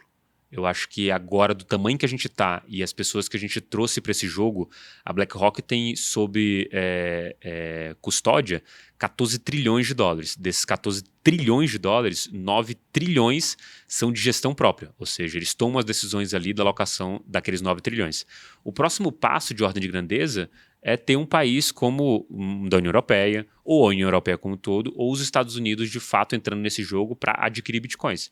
Eu acho que a gente não está muito longe disso não, pela velocidade que a gente teve em 2017 de fundos de venture capital, em 2021 de fundos globais bilionários como o Paul Tudor Jones e agora a BlackRock nessa escala de milhões em 2017, bilhões em 2021 e trilhões aqui dentro de 2024, eu acho que o próximo ciclo seria os governos adquirindo isso. E acho que a história aqui de El Salvador é uma daquelas coisas que você fala, beleza, você nunca vai ver uma potência tomando risco antes de países menores. Então acho que é uma consequência. Foi o primeiro ponto lúcido que você fala, não, em algum momento outros países vão adquirir esse negócio. Tem mais algum em vista, assim? Cara, tudo pequeno. A gente está falando de países ali da América Central, alguns países ali da África. Mas é país que qualquer merda é melhor do que a moeda local. Tipo. Exatamente. E é um pouco do que a gente vive mundialmente falando. Assim, se a gente está falando, por exemplo, aqui perto dos nossos irmãos, os vizinhos, eles têm um ecossistema lá de cripto baseado quase que exclusivamente nessa lógica de defesa contra a impressão de dinheiro que a gente teve durante décadas ali. Então, assim, nesses países vai acontecer isso. O ponto é que todo o destino de moeda emitida por Banco Central, moeda fiduciária, em algum momento se deteriorar. Se você puxar as histórias da moeda fiduciárias, assim, tem os grandes impérios, eles ruem por isso, né, por causa da inflação. Então vai acontecer uma hora com o dólar. A gente está falando que vai acontecer nos próximos 10, 20, 30, não sei. Talvez demore mais 100 anos para isso acontecer, mas assim, vai acontecer, porque a gente tem a mesma receitinha de bolo que deu errado em outros impérios, que é impressão desenfreada. O lance de guardar. Essa é uma preocupação de muita gente. Beleza, eu tenho, mas eu tenho que ter... Como não perder? Porque tem um token, eu não sei também como que funciona. Tipo, nunca comprei. Tipo, vejo vocês... nunca me animei, nunca comprei. Falo, puta, não é pra mim. Mas assim, guardar. Você tem que ter um token. Tem duas formas, pelo que eu entendi. A forma raiz de comprar, de você ir lá e botar a mão na massa mesmo e fazer o negócio acontecer. Ou você usar um intermediário. Né? Eu gostaria dessa explicação dessas duas formas de você ter uma cripto. Legal. Aqui, se você tem um ativo em mãos, você tem uma característica dele que a pessoa que está usando intermediário vai perder. Tipo, uma das vantagens intermediário seria o Nubank, por exemplo. Nubank, por exemplo, exatamente. Porque se você tem um ativo em mãos e faz a custódia por conta própria, a responsabilidade de custódia ela é sua. Então você precisa entender algumas coisas relacionadas à segurança que o cara que está comprando via Nubank não vai ter que entender. Ele simplesmente vai comprar e vai ver o negócio valorizando. Vai comprar pela valorização. Uma das características do Bitcoin é essa possibilidade de você conseguir transacionar livremente. Vamos botar um cenário extremo. A gente teve confisco das poupanças aqui no Brasil. Se você tinha dinheiro debaixo do colchão, a custódia do dinheiro é seu, você não perdeu esse dinheiro nessa confisco. O Collor lá. É basicamente a mesma analogia. Se você tem dinheiro no Nubank e por um acaso acontece confisco, o banco quebra, qualquer coisa que não seja relacionada a você, mas esse terceiro que está fazendo a custódia por você, os seus bitcoins estão em risco. Agora, se você faz a custódia por conta própria, o risco é você. O banco pode nunca quebrar e você simplesmente perder os seus acessos. Porque O você está risco é falando alguém assim, te chegar com uma arma e falar, e transfere tomar. tudo para mim. Exatamente. Tipo, existe também esse risco. O ponto é, na minha percepção, que olha para todas as possibilidades que você tem de custódia, tanto da custódia própria, em que você pode botar num pendrive, da custódia própria que você pode memorizar, da custódia própria que você pode botar num papel, que existem várias possibilidades aqui. Tudo se resume a uma senha. Tudo se resume a uma senha. Acho que o resumo é um pouco isso. Só que é numa Tá. senha que você pode escolher a senha para ter um pouco de segurança num dispositivo, mas o ideal, de fato, se você quiser ser totalmente livre, como o pessoal fala, é memorizar uma sequência de 12 ou 24 palavras que te dão acesso àquele dinheiro em qualquer lugar do mundo, com a internet. Tem duas telinhas que representem isso, que a gente possa simbolizar isso para as pessoas? Um, sei lá, o navegador do Nubank e o outro a forma raiz. A forma raiz seria uma MetaMask da vida. Tipo, MetaMask. uma carteira Pesquisar digital. MetaMask, depois você me manda essa imagem Mando. pra gente colocar. Mando sim. Então tá aqui, ó. Esse é o exemplo raiz e esse é o exemplo Nutella. Exatamente. Digamos assim. Exatamente. O raiz seria ter os bitcoins em posse e o Nutella seria delegar essa custódia para outra pessoa. Esse exemplo raiz é muito arriscado você se perder no meio do caminho e dar ruim? Eu acho que eu não faria se eu já não tivesse uma prática disso com boa parte do dinheiro. Você faz da forma raiz. Eu tenho todo tipo de custódia. Porque eu acho que não é aqui eu gosto de falar assim, é um cobertor curto. Não existe solução ótima que sirva para todo mundo. Vai ser sempre uma solução subótima. O que é bom para você talvez não seja bom para mim. Exemplo, se você é um cara que é desorganizado, que você às vezes não lembra a senha de uma coisa que você sempre usa, que você não consegue estudar sobre segurança daquilo, talvez seja muito arriscado ter grande parte do teu dinheiro em cripto custodiado com você. Agora, e da mesma forma, se você é um cara que tá fazendo o Bitcoin pela liberdade em si, quer ter esse gostinho, eu não abriria mão de ter custódia. De qualquer jeito, eu não abriria mão de fazer um teste com custódia. Exemplo, eu tenho, sei lá, R$1 milhão investido em cripto. Se você tem a possibilidade de ter R$100 mil em custódia própria, eu não abro mão. Porque, só para entender. Só para entender. Porque o ponto é, no cenário extremo do mundo em que a gente está falando de uma catástrofe, seja por guerra, seja por confisco, qualquer coisa, essa característica do Bitcoin, ela vai ser a principal, não vai ser a valorização. Porque você está falando de um negócio que você vai ter no banco, que você botou R$1.000 e agora tem 1 milhão, o banco confiscou de você em algum cenário, e aí você tem R$100 do outro, investiu R$100 e agora tem 100 mil, aquele 1 milhão vale muito menos que 100 mil, porque o 100 mil está na tua mão.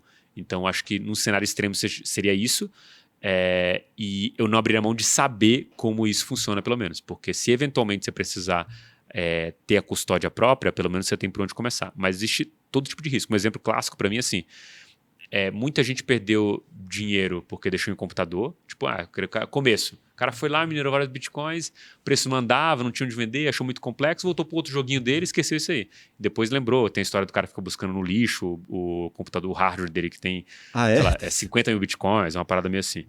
E o cara perdeu aquilo ali, vai voltar. Cerca de 20% dos bitcoins estão perdidos.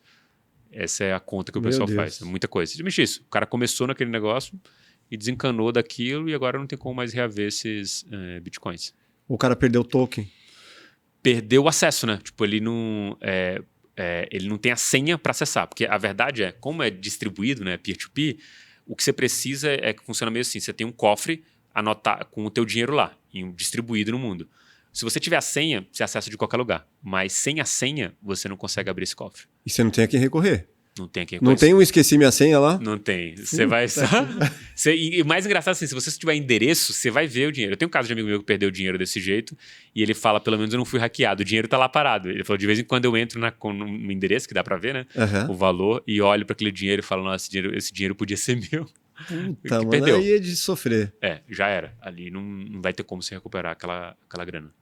E o lance do governo? Até que ponto eu consigo não pagar imposto com cripto? Porque rolou uma conversa aqui recente com o Ricardo Cavallini. E a gente tá falando exatamente disso, né? Usar a cripto para não pagar imposto. O quanto que isso é verdade, é lenda, isso... Olha, não sei se tem uma estrutura do tipo de ganho tributário para você, sei lá, cobrir prejuízo ou alguma coisa, mas se for estritamente para fugir da receita, ganhei dinheiro e não quero pagar imposto... Ganhei herança. não quero pagar o TBI. Uhum. Vou pegar tudo isso aqui e colocar em cripto, o governo nunca vai saber. Sei lá, coisas do tipo. Eu acho arriscado porque cada vez mais a Receita e o governo, ele consegue entender que esse sistema é totalmente aberto, transparente e que ela nem precisa de um mandado para ter acesso àquilo. Tá público. Então, de novo eu te falei, não é com um negócio que vai ser rastreado hoje, você vai ser descoberto hoje. Talvez no futuro você seja descoberto que você fez isso. E não vai ter como você esconder porque vai estar registrado para sempre.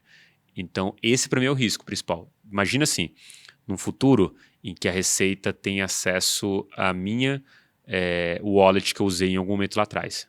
Por acaso eu tenho que declarar. Não, acho que isso aqui envolve até questão de privacidade, é um risco, assim, acho que não vai chegar nesse ponto a ter, acho que muita gente brigaria para não ter isso. No momento que ela tivesse meu código, ele poderia perguntar, esse endereço aqui é de quem? Eu falo, não sei, esse aqui é de um amigo meu. Pronto, ela já sabe outro. Se ela concatenar esses endereços que ela já sabe, ela vai conseguir rastrear muita coisa ou absolutamente tudo que circulou aqui no Brasil em dinheiro. Sei lá, se ela descobrir isso daqui 10 anos, ela vai rastrear tudo por trás. Mas o que você tem lá, ele tá no seu nome ou é um nickname? É um nickname. Que precisa? Tipo, você precisa, assim, tem o endereço, que é onde todo mundo pode ver o que tá lá, que é tipo como se fosse o seu e-mail.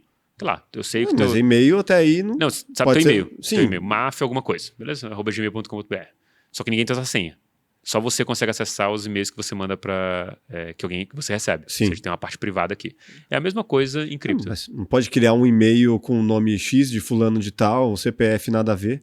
Mas o blockchain não aceita nomes, né? Você tem um código alfanumérico, uma sequência de letras e números aqui. Tá, que vai estar relacionado com algum cadastro. Não tem cadastro. Você não precisa ter então, cadastro. Tá difícil entender. Você não precisa ter cadastro, assim. É diferente de um banco em que você vai lá e dá seus dados e ele abre uma conta. Qualquer pessoa pode abrir uma conta. Sim, mas e como rastreia qualquer pessoa se eu não preciso de um cadastro? Então, não rastreia se eu não souber quem você é. Exemplo.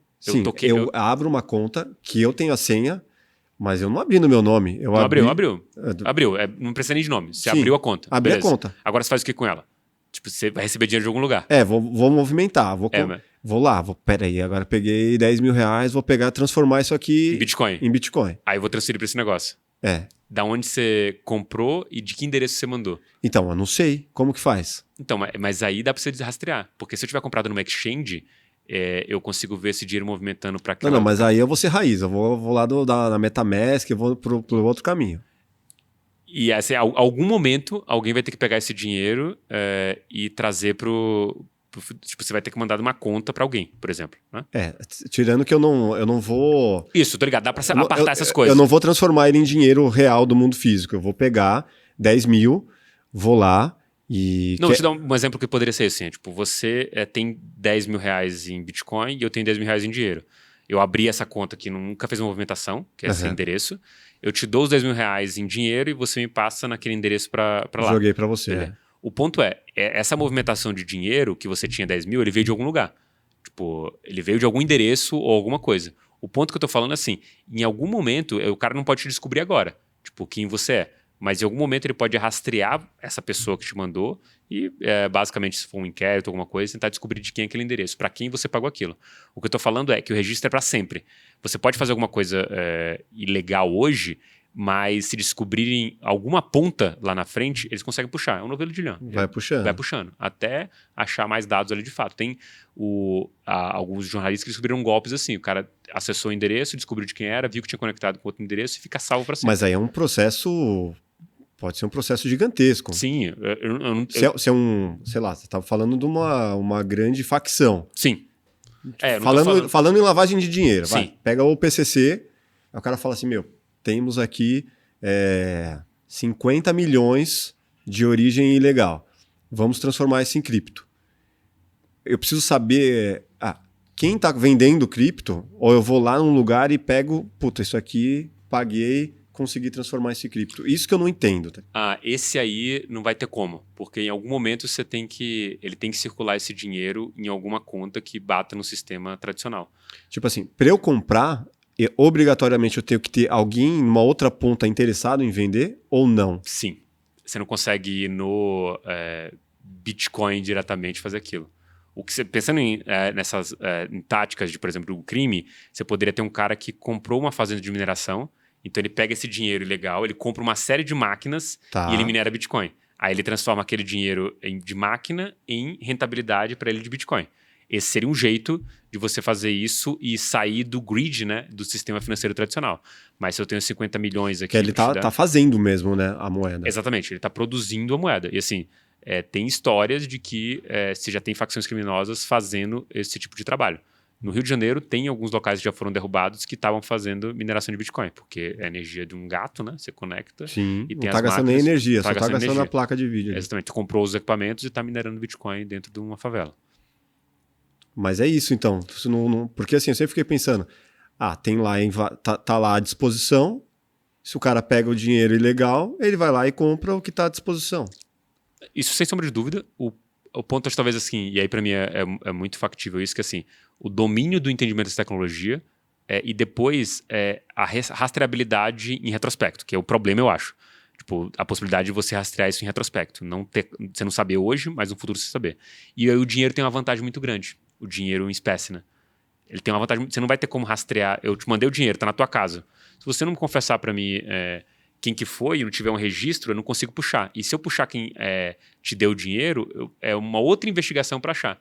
Se fosse em cripto, eu vou achar teu dinheiro, vou achar com quem Quer falou. dizer, pro criminoso é muito melhor ainda ter um monte de moeda, um monte de dinheiro lá acumulado. Exatamente. Vai ser a melhor opção para esse cara porque não tem registro.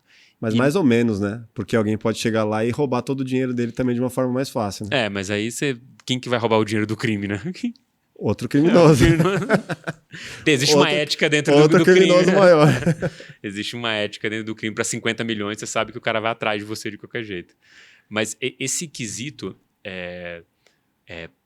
para mim especificamente, eu sempre gosto de lembrar da métrica em si, né? A gente está falando que hoje de Bitcoin são menos de 0,5% do volume circulante, volume que circula todos os anos em Bitcoin, está ligado a alguma atividade legal.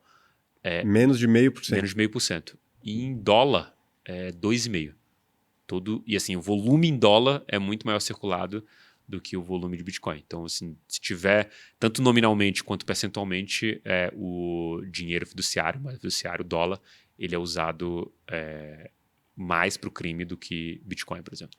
Se o cara não é um entusiasta, se o cara não entende de mercado financeiro, não gosta desse lance de ação, de entender que ele está investindo agora, que vai recuperar lá na frente, esquece, né? Não tem por que o cara investir nisso, né? Cara, eu acho que não. Acho que assim, em algum momento talvez valha a pena você entender os princípios ali do que você está se defendendo de fato. Porque o Bitcoin, ele nasce na crise de 2008, né? Mas pelas características dele, de impressão limitada, programação de emissão e transparência, você tem de fato um dinheiro superior. Então, assim, para quem está mais tempo nesse mercado, a gente consegue, igual o filme do Matrix, né, que tipo, o cara consegue ver lá números e tal, você consegue ver Sim. claramente que absorver essas volatilidades, né, entender o sistema como ele funciona e entender isso que eu te falei anteriormente. Assim, em 15 anos vão ter mais moedas fiduciárias e vai ter mais quantidade de Bitcoin. Essa premissa ela é muito forte para qualquer cidadão pensar que talvez a única forma que ele tenha que se defender silenciosamente do Estado seria essa. Ao invés de pegar em armas, é a única defesa que ele pode ter sentado no sofá da casa dele. Só que isso, de novo, imagina que, e esse dado eu gosto muito de lembrar ele, porque me faz entender que a gente mora numa bolha. 50% das pessoas não tem saneamento básico. Tipo, é esse tipo de coisa. Então, assim, o cara tá preocupado em viver. Assim, você vai, compre Bitcoin. Cara, não, você tem, assim, a infinidade de coisas que você tem que lidar no dia a dia. O cara tá preocupado em esconder o quê? O cara não tem nem o que esconder. Exatamente, não tem muito essa. Então, assim, eu sempre penso que é para uma camada especificamente, mas se você não investe, não entende desse tipo de coisa e tem, óbvio, outras preocupações, talvez você nem esteja aqui vendo esse podcast, suas preocupações são outras, assim. Eu acho que não é aquele negócio de falar, isso aqui é para todo mundo. Putz, eu não sei se é para todo mundo, de fato, né? Acho que todo mundo é muita gente, né? É muito difícil você cravar esse tipo de coisa. Muito aberto. Assim. Muito aberto. Agora, falando em todo mundo, tem umas figuras que a gente vê na internet, sei lá, tipo o 38. O quanto figuras extremistas coloca o Bitcoin como sendo a revolução do mundo, quanto eles ajudam ou prejudicam, né, esse mercado?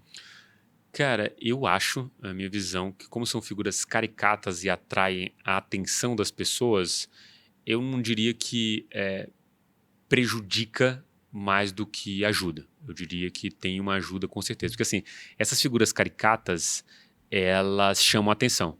Se você tem uma parcela da população que para ali nessa narrativa de fim do mundo, de que tudo vai acabar e o Bitcoin com a solução, o Bitcoin resolve tudo, beleza, pode ser ruim. Mas existe uma parcela das pessoas que vão olhar aquilo e ser chamada a atenção. Assim, eu sempre acho que você vai conseguir só falar a linha 2 para a pessoa de um livro se ela ler a primeira. Então, assim, se você tem uma capa que nem chama atenção, o cara não vai nem parar para ler seu livro. Sim. Então, assim, se existe um cara que não entende sobre Bitcoin e olhou o 381, achou caricato, o cara falando que aquele... Como é que ele fala? Que é... Não é mesmo? Não é mesmo? Não é mesmo? Assim, tipo assim, desse tipo de coisa e atraiu atenção, eu acho que ele contribui mais do que atrapalha. A grande questão é que eu não vejo como essa visão extremista como algo em qualquer momento que você possa defender na tua vida. Porque o que transparece ali nas falas extremistas, de qualquer jeito, é que só existe um caminho possível e único. Tipo, eu não consigo ver hoje, tecnicamente, como que o Bitcoin poderia ser destruído. Eu vejo caminhos muito positivos, mas não é porque eu não sei que ele pode ser destruído que ele não pode ser destruído. As coisas que eu desconheço... Você também não quer, né? Que é o seu negócio. Né?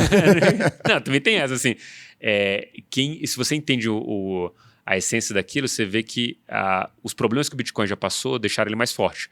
Então, em teoria, já temos tempo suficiente para que as coisas que a gente conhece que poderiam destruir o Bitcoin não possam destruir ele mais. Mas tem as coisas que a gente desconhece e as coisas que a gente desconhece que desconhece. E essas são muito maiores, com certeza. Então, quando eu vejo esse cara defendendo esse caminho único do tipo, é a única coisa que vai salvar, é aquilo que é a defesa que tem contra a moeda fiduciária, tipo, é a única saída, esse extremismo aqui, ele é muito de desenhar a história como uma linha reta, ou seja, surgiu o Bitcoin, só tem esse caminho possível aqui. E aí eu não concordo muito com isso. Eu acho que tem muitas outras coisas que podem acontecer no meio do caminho, inclusive o próprio Bitcoin pode morrer no meio do caminho e surgir uma opção melhor. Isso, para quem analisa o mercado, tem que ter esse framework na cabeça, senão você está ferrado. Você botou vaca sagrada dentro do negócio, falou que não vai acabar, cara. Quando acabar vai ser muito difícil para você entender que isso acabou. Bom, então tem duas opções de capas aqui, né? O Bitcoin pode morrer a qualquer momento, você falou, ou a verdade sobre Renato 38 sobre André Franca.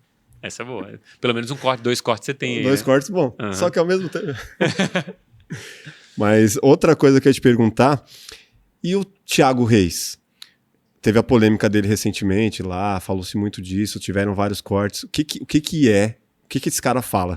Legal. Cara, ele é um cara bem antigo do mercado. Ele fala sobre ações com dividendos, fundo imobiliário, assim, acho que é uma figura que bastante gente conhece sobre o mercado e há muito tempo ele ataca o Bitcoin. Assim, eu entrei como analista em 2017. Em 2017 ele já falava sobre isso ser bolha, né?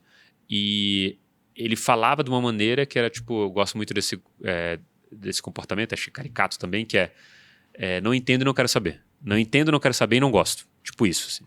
Tenho raiva de quem sabe. Exatamente. E o 2017 ele vinha falando sobre aquilo e, obviamente, cripto tem um caráter cultural, né? Eu gosto muito de falar que é futebol. Então, assim, estamos ganhando, meu amigo, você vai ouvir. Se eu tô ganhando aqui com o meu time que tá voando, você vai ouvir. Estamos perdendo, vamos ficar caladinho, retrucar uma coisa ou outra, porque daqui a pouco o jogo vira chorar de novo. Chorar as pitangas com os amigos, né? Exatamente, daqui a pouco vira de novo. E esse cara passou 2017 atacando pra caramba, como vários céticos do mercado.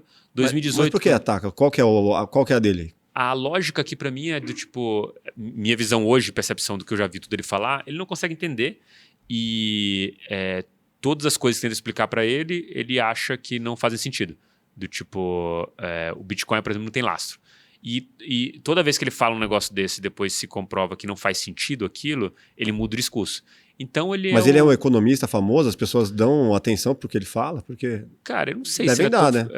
Não, assim, com certeza dão atenção. E eu acho que ele sabe disso, né? Como político de engajamento, ele sabe que se ele falar do Bitcoin no Twitter dele, vai dar muito mais gente do que se ele falar de fundos imobiliários. Então, assim, tende a navegar nas redes sociais aqui também. E ele falava em 2017 várias coisas que faziam zero sentido. Ele mudou esse discurso para outras coisas que também não fazem sentido algum. E é um cara que não se debruça sobre aquilo para entender de fato, né? E vive reverberando alguma coisa que não tem conexão com a realidade do Bitcoin. E aí, para mim, o seguinte é o quê? Beleza, você falar igual você falou aqui pra mim. Putz, eu não entendo, eu não invisto, eu tenho medo. Cara, acabou aí. Não existe a possibilidade de você falar pra mim, eu não sei, mas você tá errado. Tipo, eu não entendo disso, mas você tá errado. Isso não existe. Fala, assim. André, você tá viajando. Pô, isso aí uma hora vai dar errado. Mas isso e aquilo outro, assim, não, é porque eu sinto que vai dar errado. Então, beleza, você é esotérico aqui. Você sabe as coisas, você não consegue criar uma tese em torno desse negócio que de fato, e aí você vai virar um achismo. E assim, a minha visão com as coisas que ele falou do tipo, o que impede do Satoshi Nakamoto voltar? E ele falou assim, o Satoshi Nakamoto ganhou muito dinheiro e eu acho admirável o trabalho dele porque ele ganhou dinheiro em cima de todo mundo. Cara, a carteira do Satoshi tem mais de 1 milhão de bitcoins e não se move desde o momento que foi criada a carteira. Então, assim, ele não sabe da história de fato e fica falando, acho que, factoides ali de fato, e isso mostra o quanto que ele não se debruçou sobre aquilo.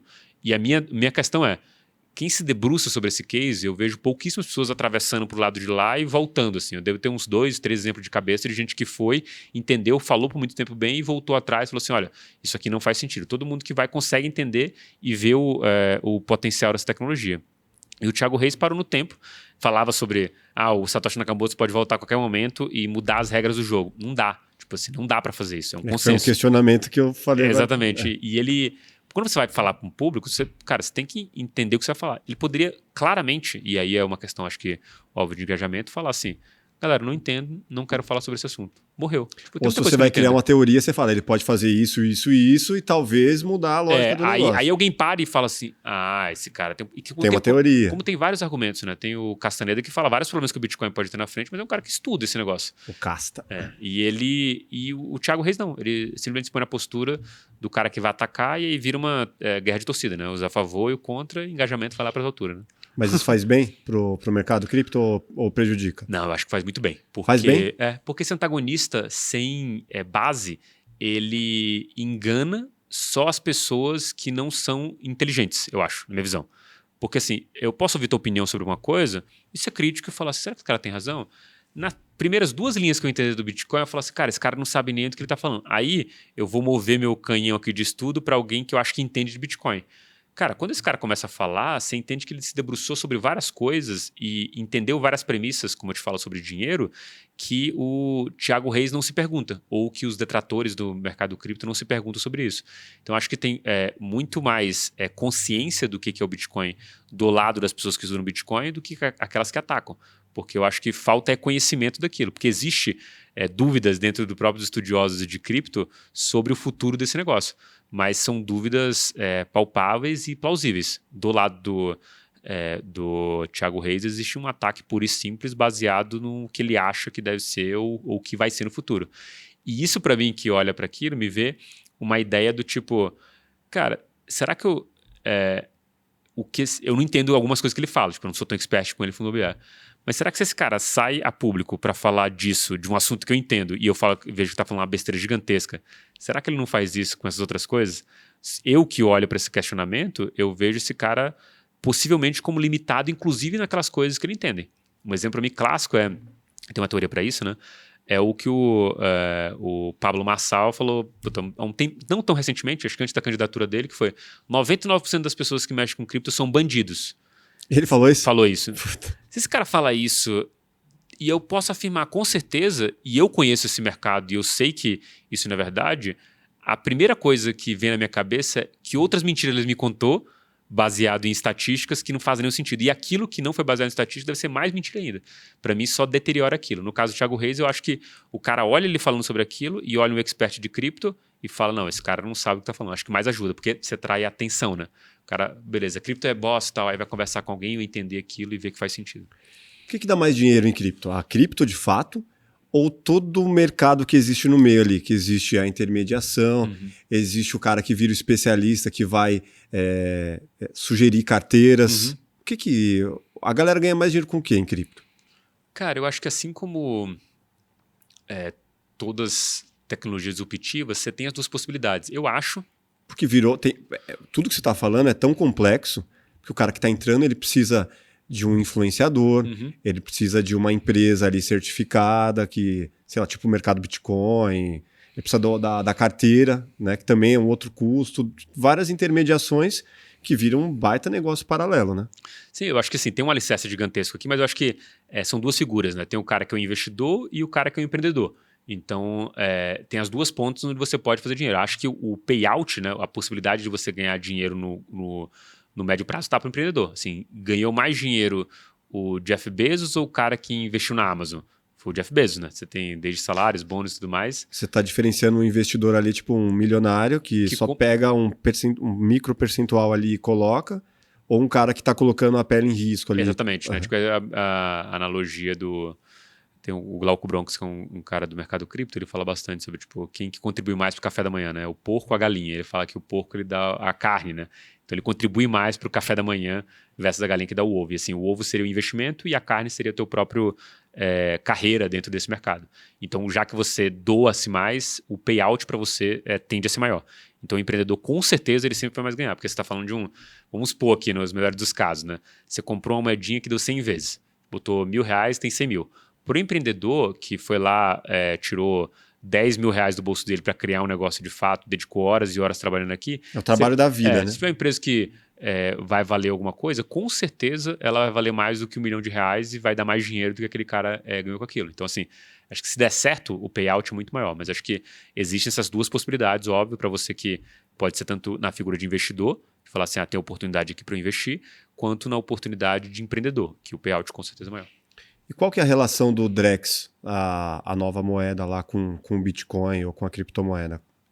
A mesma tecnologia se usa e acho que o Banco Central brasileiro está muito nessa vanguarda da questão de tecnologia que se não imita cripto, pelo menos se inspira, que é, por exemplo, o Pix. O Pix, quando você tem a chave aleatória ali para você gerar, ela é uma chave criptografada. Ele gerou de maneira aleatória e ela representa o teu endereço que de fato, mas não expõe nenhuma informação sua. Então não expõe teu e-mail, teu CPF, nada teu. Então aqui é uma chave aleatória. E ela é inspirada nos mecanismos de blockchain. E o Pix é baseado nisso. O Drex é uma evolução maior ainda, porque o Drex, ao invés de só circular dinheiro, ele pode circular ativos. Então, imagina a possibilidade, é um problema que o Banco Central tem, quando você vai comprar atuação, se eu não me engano, acho que hoje a regra é D+3, né? Você compra e depois de D+3 está na tua custódia, a atuação, mas vai até mais rápido, porque o período ainda é D+3. Assim, por regra, D+3, você recebe antes. Com um sistema tipo blockchain, o delivery versus payment, né, entrega versus pagamento, é instantâneo, que é inspirado em cripto. Tipo, eu vou comprar um Bitcoin de alguém, eu consigo transferir, e aí a outra estrutura, né, eu transfiro um dinheiro e recebo na mesma hora aquele valor. Mesma transação vai um para o outro. Então, o Drex, o Pix, eles são baseados nas tecnologias que a gente tem hoje em cripto. Da mesma forma, a discussão que a gente tem no mercado de aumentar as horas de negociação da Bolsa, tanto lá fora quanto aqui no Brasil. Como que é isso? É porque quer aumentar a hora justamente porque o mercado cripto é 24 horas. Então, assim, você tem um mercado do teu lado que hoje é maior que a Bolsa brasileira, né, em trilhões de dólares, e que funciona 24 horas por dia. Então, assim, se as pessoas têm apetite para negociar 24 horas lá, devem ter apetite para negociar 24 horas outras coisas. Porque tem um lance de quem tem uma cripto através de um intermediário, ele só pode transacionar num horário específico, que é o horário que a bolsa funciona. É isso, né? Isso, exatamente. Tipo assim, vamos supor, você tá na sexta-feira... Eu tenho minhas bitcoins, minhas criptos pelo mercado Bitcoin. Eu não posso no domingo ir lá... No mercado Bitcoin você pode. Você não pode no Nubank, por exemplo. Você não vai conseguir vender porque não tem mercado para aquele ativo naquele momento. Mas se você tiver conta no mercado Bitcoin, sacou o dinheiro para você pode fazer. Se tiver ainda dentro do mercado Bitcoin, você pode negociar. Porque como o mercado funciona 24 horas, as estruturas que nasceram com corretoras, elas nasceram para ser 24 horas, porque eles sabem que o mercado funciona dessa forma, e vez ou outra tem grande atividade no final de semana também. Né? Tenho as minhas criptos da forma raiz. Quero transformar esse dinheiro. Eu falo, parei com isso, quero sacar. Como que faz? O jeito mais fácil é você ir para uma corretora também, da mesma forma que você vai ser... Puta, aí vai depender da corretora do mesmo jeito? Mas aí você funciona 24 horas, né? Não, mas depender do coisa? Porque assim, eu tô da forma raiz, eu tô lá na MetaMask... Você tá na MetaMask, você pode encontrar uma outra pessoa que faz esse tipo de negociação, que é o negociador peer-to-peer. O que é? Um doleiro? Não necessariamente. Mas é uma coisa meio ilegal, assim. Mas é legal, inclusive a Receita prevê esse tipo de negociação, você só tem que declarar, né? Eu vendi para esse cara, portanto, e ele me pagou, você registra esse tipo de coisa. Mas tem um lugar físico que eu vou lá assim, quero vender minhas criptos. Como que é isso? Já existiu, mas hoje, por exemplo, em algumas corretoras... Já existiu, mas assim, você tem a possibilidade de fazer isso hoje da sua casa, né? Tipo, por exemplo, existem locais onde você vai lá e vê o ranking desses caras que vendem e compram. Se o ranking dele for positivo, tipo o Mercado Livre há um tempão atrás, que tinha um ranking de vendedor. Sim. Aí você olha lá, esse cara é confiável. 99% das entregas foram bem-sucedidas. 99% Mas é das tipo vezes um site que eu vou lá? Tipo um site. Você vai a um site, você posta o que você quer comprar e vender. Aí o cara, como ele é a parte confiável de fato, você vai fazer uma das duas coisas. Ou mandar o dinheiro para comprar, ou mandar a cripto para ele te reembolsar o dinheiro. Mas é um processo meio confuso, não é muito simples, né? Não é tão simples, não é tão fácil quanto um exchange, que você entra lá, clica, vender, e vender automático. Lá no coisa você vai ter que falar, eu quero vender tanto, aí o cara vai dar o preço, fala assim, não quero esse preço, então beleza, espera. Aí vira uma negociação. Vira uma negociação, peer-to-peer, né? Ponto a ponto, que você faz com o cara. Tem mais fricção ali, Quer dizer, puta, pra quem não entende, esquece, né, velho? Não é um caminho que você vai... Não vai se dar... A tendência de você se dar mal é muito grande, né? Eu acho que, tipo, no primeiro momento, se você for fazer para aquilo, você vai falar assim, nossa, deu medo aqui. Você já fez? Já. Você vai negociar com um cara que você não conhece, mas tem um hate ali do site e você nunca fez aquilo. Mas eu acho que boa parte do que a gente está falando sobre investimento, ele vai dar isso. Assim, eu lembro claramente da minha primeira vez que eu fui transferir meu dinheiro da poupança para uma corretora e comprar tesouro direto. Era R$1.000 só. Mentira, era menos ainda. Não, mentira, era 1.000 que era o mínimo. Transferi 1.000, não tinha Pix. Então era uma TED. Cara, passou um dia, não chegou, eu falei, perdi, era um golpe, pô. Esse negócio de corretora não dá certo. Sempre vai ter essa fricção do medo e assim. Às vezes eu reflito assim, será que durou mais de um dia ou eu que estava tão ansioso que eu amplifiquei essa sensação? Mas para mim demorou. Aí eu vou lá, beleza, caiu o dinheiro. Não é golpe. Aí eu vou lá, clico para comprar o Tesouro Direto. Só que quando eu clico para comprar o Tesouro Direto, ele toma meu dinheiro e ainda não aparece a custódia no meu nome ali. Tem um processo que vai demorar um dia para aparecer, mais ou menos. Aí eu falei, tomei outro golpe. É um golpe desse negócio. Assim, tem essas dificuldades Você que que é o especialista, hein? Não, mas assim, quando eu comecei a aprender sobre investimento, botando um tesouro direto, que era a coisa assim, esse aqui é o mais seguro que você tem. Você vai ter alguns percalços que você vai ter medo daquilo acontecer. Talvez a diferença que com o cripto é que como você não tem um saque para ligar ou roubaram meu dinheiro aqui de fato, você fica com mais receio ainda. E é onde eu acho que mora a grande oportunidade também aqui. Todos esses medos, tanto de execução, quanto medo do que vai dar, quanto volatilidade, é onde se guarda todo o retorno que a gente vai ter nos próximos 5, 10 anos. Porque se não tivesse isso, todo mundo estaria usando. Tipo, você paga teu cartão de crédito usando maquininha, paga as coisas, você não entende o que funciona ali dentro, de fato. São 5 autorizações de ida e de volta entre banco, adquirente, subadquirente e tudo mais. Mas você usa porque todo mundo usa. Porque você já usou uma vez e foi confiável. Já existe um senso coletivo de que aquilo é confiável. Exatamente. Né? É esse processo que a gente vai ver com cripto e boa parte das oportunidades estão aí nesse meio do caminho. Eu escapei de um golpe de uma corretora de que ofereceu um lucro absurdo para que eu deixasse uma grana com eles e eles trabalhassem lá no mercado cripto e eles iam me pagar acho que em torno de 4%, 5% por mês. Uhum. Não foi a mesma corretora, mas o Marcelo, que você conhece, meu sócio, ele entrou, colocou 150 e pagaram nos 5 primeiros meses e depois desapareceram. Tipo, Sumiu. Ele perdeu mais de 100 mil. Então, assim, fico imaginando tanto de gente que já tomou golpe por conta disso. E o que você pode recomendar para essas pessoas não caírem nesse conto do vigário? Boa, cara, isso é bem... todo mercado novo, o pessoal vai falar sobre isso, né? Assim, tem golpe hoje no Nordeste a respeito de placa solar, né? E todo esse tipo de investimento que a gente está falando aqui, eles são renda variável. E renda variável varia, não existe uma garantia de que você vai receber uma quantidade fixa em dinheiro, né? Tipo assim, 5%, 4%. Tipo, não tem como ter essa garantia de fato no mercado de renda variável. Qualquer um que te ofereça isso já é cilada, assim. Já fato, corre na hora. É que assim, pra gente que tem um senso, é muito fácil bater o olho e falar assim, não, isso aqui não tá certo. Assim, a conta não vai fechar. Como o cara vai conseguir todo mês te pagar mais do que qualquer fundo, qualquer... Exatamente. E a conta é sempre, tipo, beleza, se esse cara consegue entregar isso sem risco, era muito mais fácil ele correr num banco, que um cara tem expertise para entender, e ao invés de pegar com você 10, 150 mil reais, ele pegar com o banco 100 milhões. Mano, mas o discurso é sempre assim, ó, o nosso fundo, ele tem tantos milhões em posse, e assim, mesmo que o mercado não dê, a gente consegue garantir nesses meses, porque lá na frente o mercado vai dar, e aí sim a gente vai recuperar o nosso. Esse é o discurso dos caras. E chegam com um contratinho para você assinar. Tá aqui. Chegaram com cláusula, né? E tal, tudinho, tá ligado? Que vale absolutamente nada, né? Você vai executar o contrato em quem? O cara nem existe, né? Nem existe. Você vai correr atrás depois de quem? Exatamente. Mas esse também e esses são os cenários aqui dentro lá na Vila Olímpia, né, tinha o escritório da Brás Company, e que foi um cara que deu golpe lá em Campina Grande e no Brasil inteiro. Acho que ele tá preso na Argentina, se não me engano. Mas ele contava essa história, tipo assim, eram contratos, tudo mais, assim.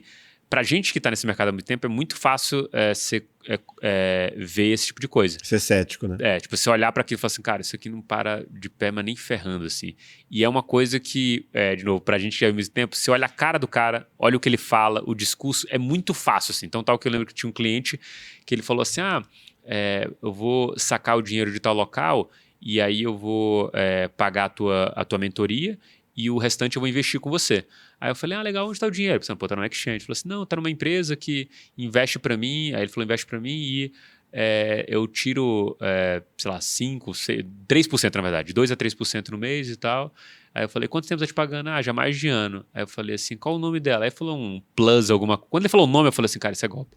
Aí a primeira coisa que eu falei pro pessoal que atender ele depois, eu falei assim, cara, pode insistir com esse cara, mas desencana que ele caiu num golpe, ele vai pedir o saque, os caras vão pedir para ele mandar mais dinheiro para destravar o imposto. Ele ainda estava recebendo ainda. Ele estava recebendo. E aí depois vão sumir do mapa com ele. E provavelmente ele estava indicando para várias outras pessoas. Exatamente. Falando, tô recebendo todo mês, olha isso aqui, vendendo como se fosse o negócio da vida dele. E esse é o ponto, porque ele vai pagar no começo, né? Igual o pessoal fala, pirâmide no comecinho, ele vai pagar, porque faz parte do modelo de negócio dele. Só que assim, imagina que ele te promete 10%, ele te paga 2 meses seguidos, você botou 100 mil, tirou 20 mil. Cara, no terceiro mês você fala, porra, esses 20 mil não vai me fazer falta aqui, eu vou pegar 20 mil, vou pegar dinheiro emprestado e vou coisar. E aí ele arma o golpe como um todo. O ponto você pode ser cético a ponto de fugir de tudo, aí você vai perder todas as oportunidades que existirem, Sim. ou sempre pesquisar, porque coisa simples, do tipo nome da empresa e golpe. Tipo, qualquer coisa relacionada a isso você vai achar. Se o cara for grande o suficiente, já vai ter alguém comentado sobre isso, um Reclame Aqui, alguma coisa que você vai conseguir. Alguém já caiu no mínimo que seja, né? O nome da pessoa, o CPF, dá pra você buscar alguma coisa. O ponto eu acho que, e já conversei com várias pessoas sobre isso, tentando alertar, envolve um pouco de fé aqui, Máfia, que assim, eu quero acreditar que dá para pagar 3% ao mês. Eu queria muito ter essa possibilidade de ter essa renda extra, que assim, com 3 vezes menos dinheiro, eu consigo ser independente financeiramente vivendo daquilo. É a fé do cara que ferra com ele. É isso, porque eu lembro de uma época no meu Instagram, eu ficava alertando sobre as pessoas. E aí, vez ou outra, vinha um pessoal me atacar, falava no privado ali, e eu falava assim, você faz quanto tempo? Eu perguntava, né? A pessoa, tô fechado, sei lá, na época era DD Corporation. Tô fechado com a DD Corporation. Sempre uma sigla, né? Você tá falando besteira e tal, tudinho. Aí eu tentava convencer, falar e tal, tudinho, e não dava. E aí, quando o golpe deflagrava de fato, a pessoa tava lá, tem como reaver, fazer e tal, porque a pessoa acreditava, né? De fato, assim, é fé. Ela quer acreditar que dá para pagar 3%, 5% no ano, e aí não tem como lutar contra isso. Aí depois o cara vai atrás do advogado, o advogado não tem nem para onde Não tem para onde fazer, porque assim, não tem um CPF, o cara fugiu, você vai fazer o quê? Vai pegar... E como é um golpe, o cara tava armando para isso, né, de fato. Ele tava estruturando, mandando dinheiro para algum lugar. Não chega nem a existir cripto no meio desse caso. É só o discurso da cripto, né? É só o discurso. E como cooptar mais pessoas. Que é tipo um cara lá que vai vender para você um contrato, e aí vai ter outro cara que vai trazer para você a oportunidade, vai vender um contrato maior, melhor, um contrato de preço de 2 anos. Tipo, vai criando vários mecanismos. Esses caras se organizam muito bem para isso, né? Inclusive tem... investidores desse tipo de pirâmide. Como sua cara é nova, você vai ser a cara dessa pirâmide aqui e eu vou te botar o dinheiro primeiro para você começar a pagar os primeiros caras, sabe? Tipo isso. Talvez até chamar um influenciador ali. Aí tem escritório em algum local, você fala assim, pô, eu entendo a visão das pessoas, é que para mim é muito claro, assim, quando você fala assim, a Brás Company tinha um escritório atrás do IMB. Tipo, qual é a diferença pro cara do que é o IMB e a Brás Company? A Brás Company tá pagando lá pro cara 7% no mês e o IMB não promete nada disso. Só que os dois têm escritório físico no mesmo local. Pro cara que... E tem cara, né? Exatamente. Tem os sócios ali. E você acha que eu tô te mostrando? Me ofereceram assim, com um contrato, falando assim, você pode vir conhecer os sócios, ir lá no escritório, você vai ver. Aí você chega a um lugar bonito e tal. Exatamente. E é isso que a pessoa cai, né? Fala, isso. não, tem lugar físico. Mano, falei com o cara, conversei com os sócios, eles me ofereceram, prometeram. Aí tem uma tela lá que é o trader, alguma coisa e tal. E eu sempre falo que, cara, esses caras, se eles são competentes, por que eles não estão... Os traders deles não estão inseridos ou em algum grupo, ou em algum local, ou tem outras referências. Porque assim, vamos pegar os melhores fundos de investimento do Brasil. Cara, todo mundo conhece os caras. Fulano de tá foda e tal, esse fundo é bom e tal. Você conhece. Aí chegou um cara que faz um retorno maior do que esses outros caras e tá te oferecendo aqui um contrato e ninguém conhece ele de fato. É que, de novo, pra gente que tá dentro é muito... É meio que assim... É muito improvável. Não diria impossível, né? É improvável, total. Aí você bate o olho e você percebe, sabe? Porque... Qual o sintoma que faz você perceber? Pra mim, assim... vou falar um negócio meu que você me perguntou, eu descrever um dos caras, né? Um terninho colorido, carrão, cabelo pra trás, né? Cabelo de coisinho, gelzinho, sede em local caro, só que esses elementos você pode encontrar em qualquer outra coisa. Por isso que, assim, parece uma sensibilidade contra isso, mas não é. Como você já viu várias vezes isso acontecer, você consegue sentir. A outra, e pra mim quando fica muito claro, é que o cara abre a boca pra falar e não fala absolutamente nada de inteligente. É diferente de quando eu vejo um gestor de um grande fundo aqui no Brasil, o cara falou 3 palavras, você vê que esse cara é muito foda. Tipo assim, ele nem precisa falar algo muito complexo. O cara tá falando de uma maneira dele encarar a vida. Se eu pergunto pra você, se perguntasse pro cara do golpe, fala assim, como que você faz essa rentabilidade? Aí o cara vai dar a resposta mais simples. Nossos traders, eles procuram arbitragem e compram mais barato aqui e vendem mais caro ali. É isso. Assim, Stuber, como você faz dinheiro? Cara, tem essa estrutura aqui. Assim, é uma história muito mais bem estruturada do ponto de vista de um cara que gera milhões do que um cara que está lá aplicando o golpe de fato. Mas a história de quem é o verdadeiro é uma história técnica. O cara vai te dar o fundamento por trás disso. Exato. E essa complexidade talvez seja o que afasta pessoas. Porque isso é muito complexo para pouco retorno. Porque tipo, mas você não me promete nenhum retorno. Você está falando que tem risco esse negócio e que pode cair muito, mas também pode ganhar muito. O outro cara está falando de uma maneira simples, que eu entendo que tem distorções, e assim, a história, ela de fato se encaixa. Por exemplo, o pessoal usava muito arbitragem, que não existe um preço único do Bitcoin. O preço pode estar mais alto aqui dentro do mercado Bitcoin e mais caro na Coinbase. Eu compro aqui e vendo aqui. É isso. Existe isso. Só que, cara, a gente tem um mundo inteiro olhando para isso.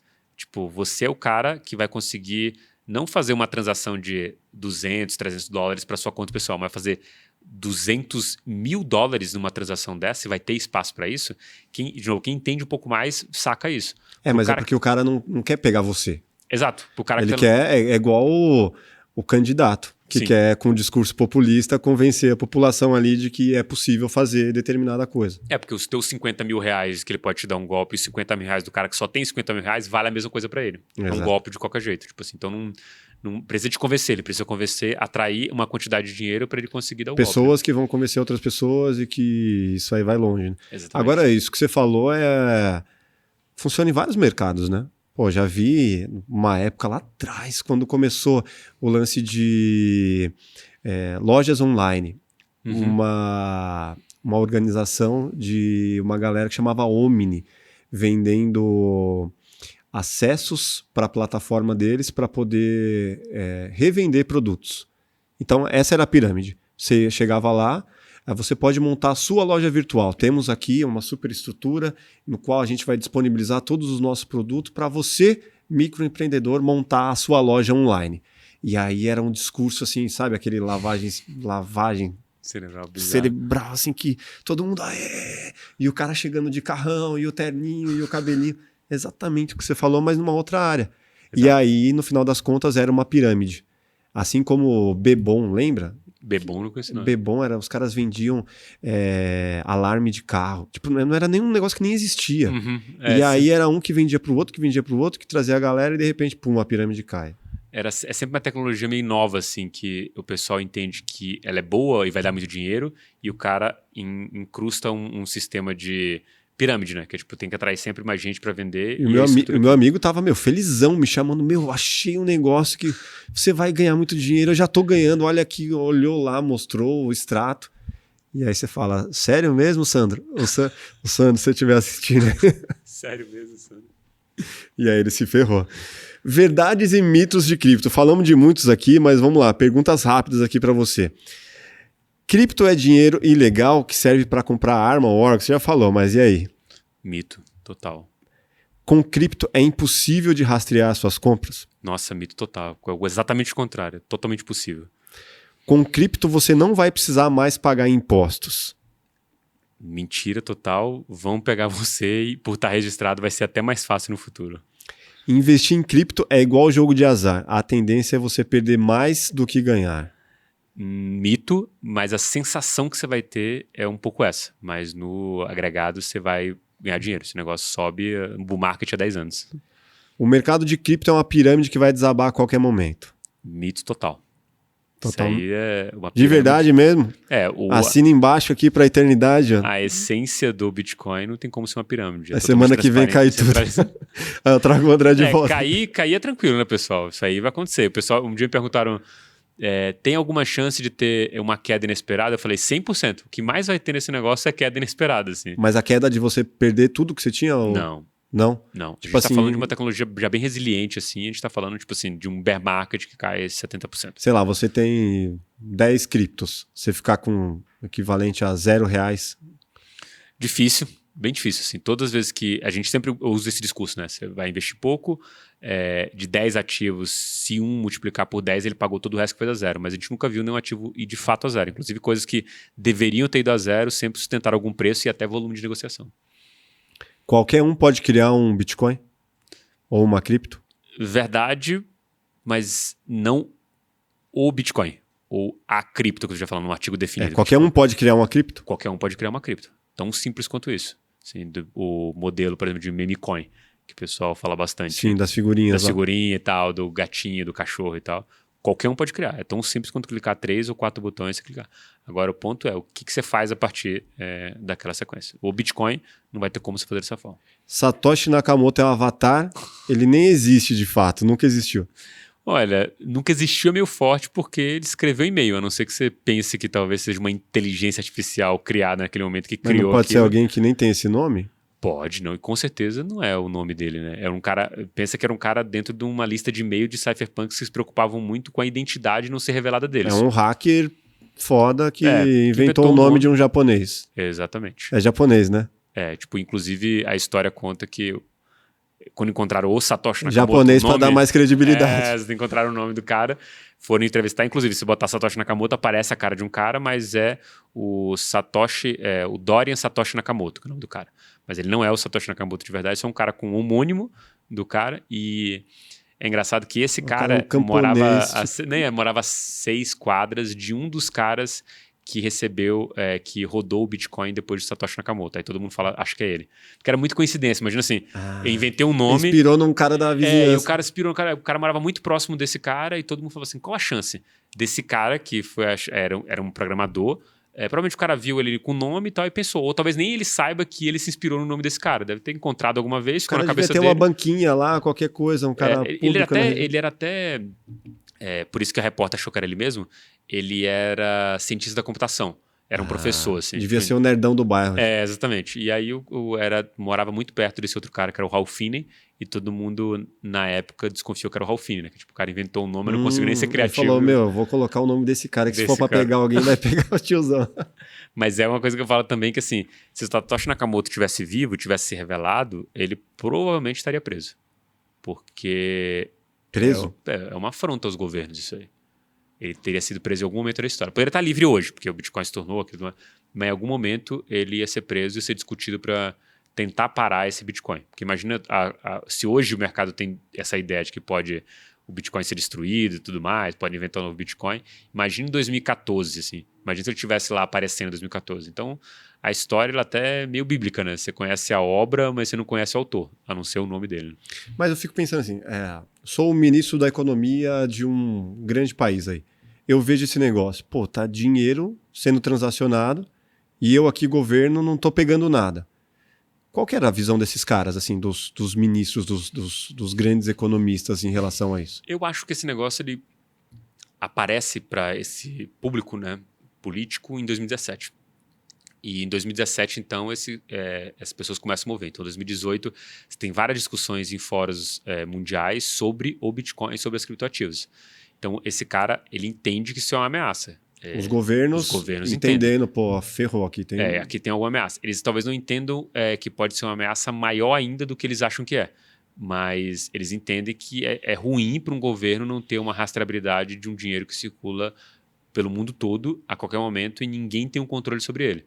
Tipo, isso é agressivo demais aqui para um governo. Mas agressivo porque eu não vou lucrar. Porque eu não tenho como colocar o meu imposto ali numa transação. Sim, facilitaria, obviamente, essa transação, mas você tem outros mecanismos. Exemplo, vai sair normas, por exemplo, de tributação na fonte do cara que vendeu Bitcoin dentro do exchange, por exemplo. Do cara que vai sacar, né? Do cara que vai sacar. Então, assim, aí o governo já recolhe na fonte, nem precisa delegar para o usuário final pagar essa conta. Isso vai acontecer em algum momento. Mas a transação desse cara, o ideal seria esse. Cada transação ele recolhe o dele e acabou. Tipo, não tem o que fazer mais aqui.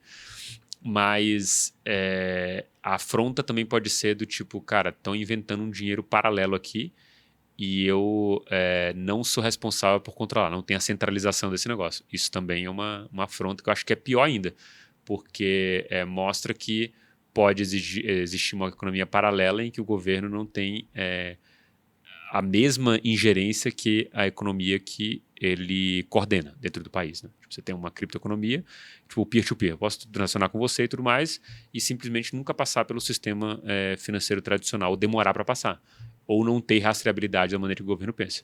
Só que eu acho que à medida que o cerco vai fechando, essas coisas vão ficando mais claras do governo. Pelo menos ele vai ter, não o controle, mas vai saber o que está acontecendo.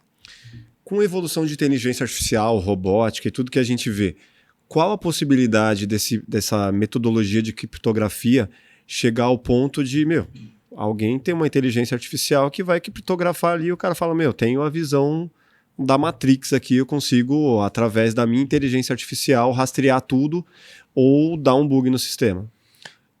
Dado o conceito que a gente tem de inteligência artificial e nessa questão de exponencialidade, a gente não compreende quais seriam os impactos disso de fato na sociedade como um todo. E esse poderia ser o impacto, porque a gente está falando de uma possibilidade aqui de inteligência sobre-humana. A gente está falando de uma inteligência artificial que poderia construir uma outra inteligência artificial que não teria ingerência do ser humano. Exato, o cara vai pegar todo o histórico. Tá bom, tem histórico? Beleza, eu pego aqui, coloco, estudo todo esse histórico, somo com várias outras inteligências aqui e crio alguma coisa que vai apagar da noite pro dia. Eu estava, inclusive, vendo um podcast sobre isso, o cara falou assim, o nível que a gente pode chegar é que cada um possa ter um programador, um personal programador, assim. Ao invés de você programar alguma coisa, você fala, cara, faz para mim um novo Bitcoin com essas características aqui, tipo um prompt mesmo. Isso pode ser ano que vem, inclusive. Assim, a gente está tão próximo quanto 2 anos na frente, porque já tem o autopilot, é só um passo além, é um ganho incremental e não exponencial para você saltar isso aqui. Não está longe. Não, você tem essa possibilidade, só que a minha percepção é a mesma coisa quando o pessoal fala assim, se quebrar a criptografia do Bitcoin, o problema do Bitcoin, dado o tamanho que ele vai ser muito menor do que para os bancos. Porque toda essa criptografia que a gente usa no Bitcoin, ela é usada dentro dos bancos. Você digita o seu cartão de crédito, criptógrafa, e aí do outro lado não sabe. Se quebrar esse negócio, todo o sistema financeiro está em risco, em todas as pontas. Porque tem não é só de cripto. Não é só de cripto. Assim, a mesma coisa, se uma inteligência artificial conseguir criar um Bitcoin mais poderoso, ou conseguir rastrear todas as informações e ter a clareza... Ou pegar todos e colocar na carteira dele. Alguma coisa... Roubei de todo mundo, agora é meu. Alguma coisa, tipo, tão bizarra quanto essa... Eu acho que teriam outras coisas acontecendo que poderiam significar ser mais nocivas para a humanidade do que só um cara roubar todos os bitcoins de todo mundo. Tá, tipo, o cara roubar o dinheiro de todas as contas do mundo. Exatamente. Tipo, alguma coisa nesse sentido, se a gente quisesse manter o sistema financeiro. Entendi, o cenário é tão bizarro que o cara não mexeria só nesse mercadinho que... eu acho que é tão bizarro quanto isso. O que a gente está tentando projetar é essas possibilidades de inteligência sobre-humana. E como é sobre-humano, é a mesma coisa que você não consegue entender. Tipo, seria basicamente como assim... Se você estivesse falando mosquito. Tipo assim, hoje você não pensa, por exemplo, do tipo, tem um mosquito aqui. Eu não penso que eu vou bater num ser vivo aqui. Ele é tão insignificante para mim que tá tão longe da minha realidade que não faz sentido para mim.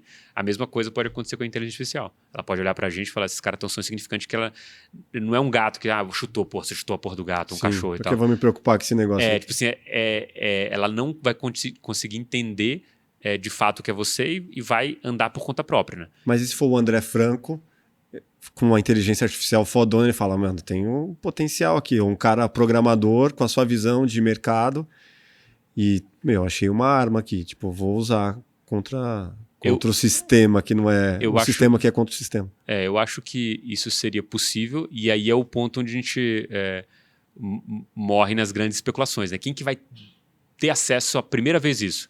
Tipo, a gente está falando do Sam Altman do ChatGPT ou um governo de fato que vai ter isso em primeira Elon mão. Musk da vida. Tipo assim, quem é a pessoa que vai ter acesso àquilo e fazer? Porque assim, muitas das coisas que a gente tem na história, a gente descobre depois que aconteceu. Sim. Tipo, a própria história lá da guerra lá do Alan Turing, ele desvendou lá o enigma, ele conseguia ele sabia onde os alemães iam atacar, mas ele não ia lá e destituía todos os ataques, porque senão os caras iam sacar que as comunicações deles estavam comprometidas, mudariam o código e não teria nenhuma vantagem. Uhum. Então assim, a gente só descobriu que o cara quebrou esse negócio depois de décadas depois. Sim, o cara aproveitando. Exatamente, o cara aproveitando. Então pode acontecer alguma coisa nesse sentido. Pode ser nesse momento que já esteja acontecendo. Pode ser alguma coisa que a gente esteja vivendo de disrupção, ChatGPT, sei lá.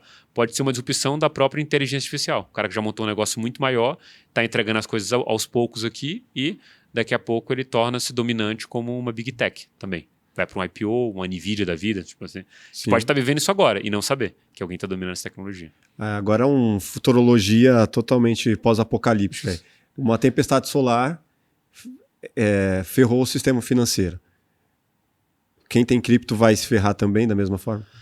Olha, se a gente está falando de internet como um todo, tempestade solar seria magnetismo, né? Então sim, acho que tudo fica bagunçado. A grande questão é que o código do Bitcoin, ele como passa de um mecanismo de consenso e tem as possibilidades muito além da internet, você pode transmitir por rádio, eu acho que o Bitcoin hoje ele é meio que uma barata do sistema financeiro como um todo.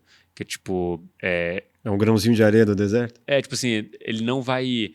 Você pode tentar destruir... Não, a barata que não vai morrer. Que não vai morrer, tipo uma bomba nuclear. Entendi. E você pode tentar destruir ele, mas ele tem tantas múltiplas camadas ali de defesa, porque ele é muito simples no organismo, que como espécie, né? A barata pode pisar e matar, mas como espécie, ela talvez sobreviva. Sobreviva? Mais do que o sistema financeiro porque global. Porque a gente está falando de um código que cada um tem sua senha. Se eu tirar o Bitcoin hoje do ar, ficam registradas lá as últimas coisas, as últimas transações.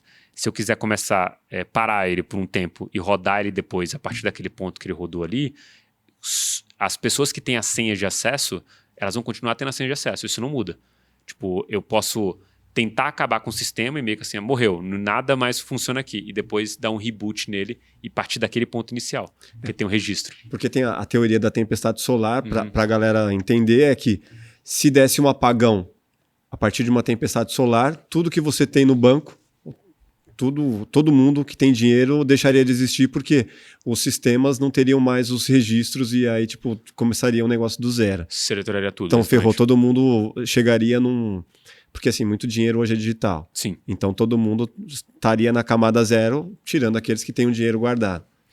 O problema do sistema financeiro como um todo é que eles são ilhas conectadas. Então assim, eles são ilhas com o dinheiro conectado em outras ilhas aqui. O Bitcoin, ele é um sistema só descentralizado.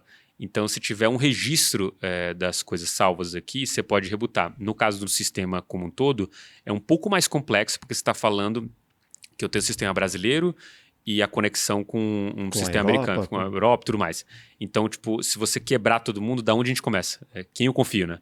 Aqui tem uma base só, que é o dado do Bitcoin. A data... Tem o último bloco minerado, quando aconteceu a tempestade solar, e eu poderia rebutar esse cara mais fácil aqui de fato. Mas acho que assim... Você pegar os conspiracionistas gostaram da história. Né? O caos é tão grande que a gente não pode imaginar as consequências, porque pode simplesmente ninguém nunca mais ligar o Bitcoin e a gente começar de novo a Idade da Pedra. Você valorizar as coisas que são físicas. Então, tipo, é melhor ter uma arma num cenário como esse aqui do que ter um Bitcoin. Entendeu? Exato. Animal, pô. Bom, acho que essa altura do campeonato já tá todo mundo confuso. Era o objetivo, né? O seu editor ele tá confuso também, né? Deu pra entender alguma coisa, Vitor? Tá babando aqui, mais ou menos. Mas é isso, André, a gente sempre termina aqui com uma pergunta. A gente tem uma playlist no Spotify, no qual a gente alimenta com uma música de cada convidado. Essa música precisa trazer alguma lembrança importante, no seu caso, possivelmente ligada com a criptomoeda. Uhum. Qual a música da sua vida? Qual a música que te traz aí boas lembranças? Cara, eu ouvi essa música depois de muito tempo numa reutilização de uma parte da música pelo Emicida, mas depois eu ouvi ela original, que é do Belchior, né? Não sei se o nome da música é esse, mas ano passado eu morri. É que Ano tem a passado letra eu morri, mas esse ano eu morro. Porque pra mim lembra muito o Bitcoin, que era tipo, Puta demais. morreu em 2018, morreu em 22 e tá aí, sobrevivendo. Tipo assim, morreu no passado, mas esse ano não vai morrer, sabe? É basicamente, quando eu ouvi essa música a primeira vez, veio um gatilho pra mim, acho que é isso. Belchior, né? Belchior. É animal exatamente. essa música, uma puta pegada. Uhum. Animal, pô. Obrigado, André. Obrigado pelos esclarecimentos aí de leigo. Espero que tenha colaborado com muita gente. Deixa as suas redes aí para quem não te segue ainda, quem quer comprar cripto, quem quer entender de cripto. Maravilha. Eu tô no Instagram, no Cripto André Franco, @CriptoAndréFranco, cripto com Y em inglês, e também no Cripto André Franco dentro do YouTube, né? E também nas redes sociais do Mercado Bitcoin você me encontra também, @Mercado Bitcoin. Francamente Cripto, fala também. Tem um podcast também, Francamente Cripto, que tá no YouTube do MB, né? Toda... Que hora que a gente solta aqui, você não sabe também, né? Toda semana tem episódio novo. Desculpa, a cada 15 dias, me enganei. Animal. Pô, obrigado. Obrigado a você que está aqui até agora. Deixe seu like, deixe seus comentários, deixe suas dúvidas também. E até o próximo Plugado Podcast. Grande abraço, valeu!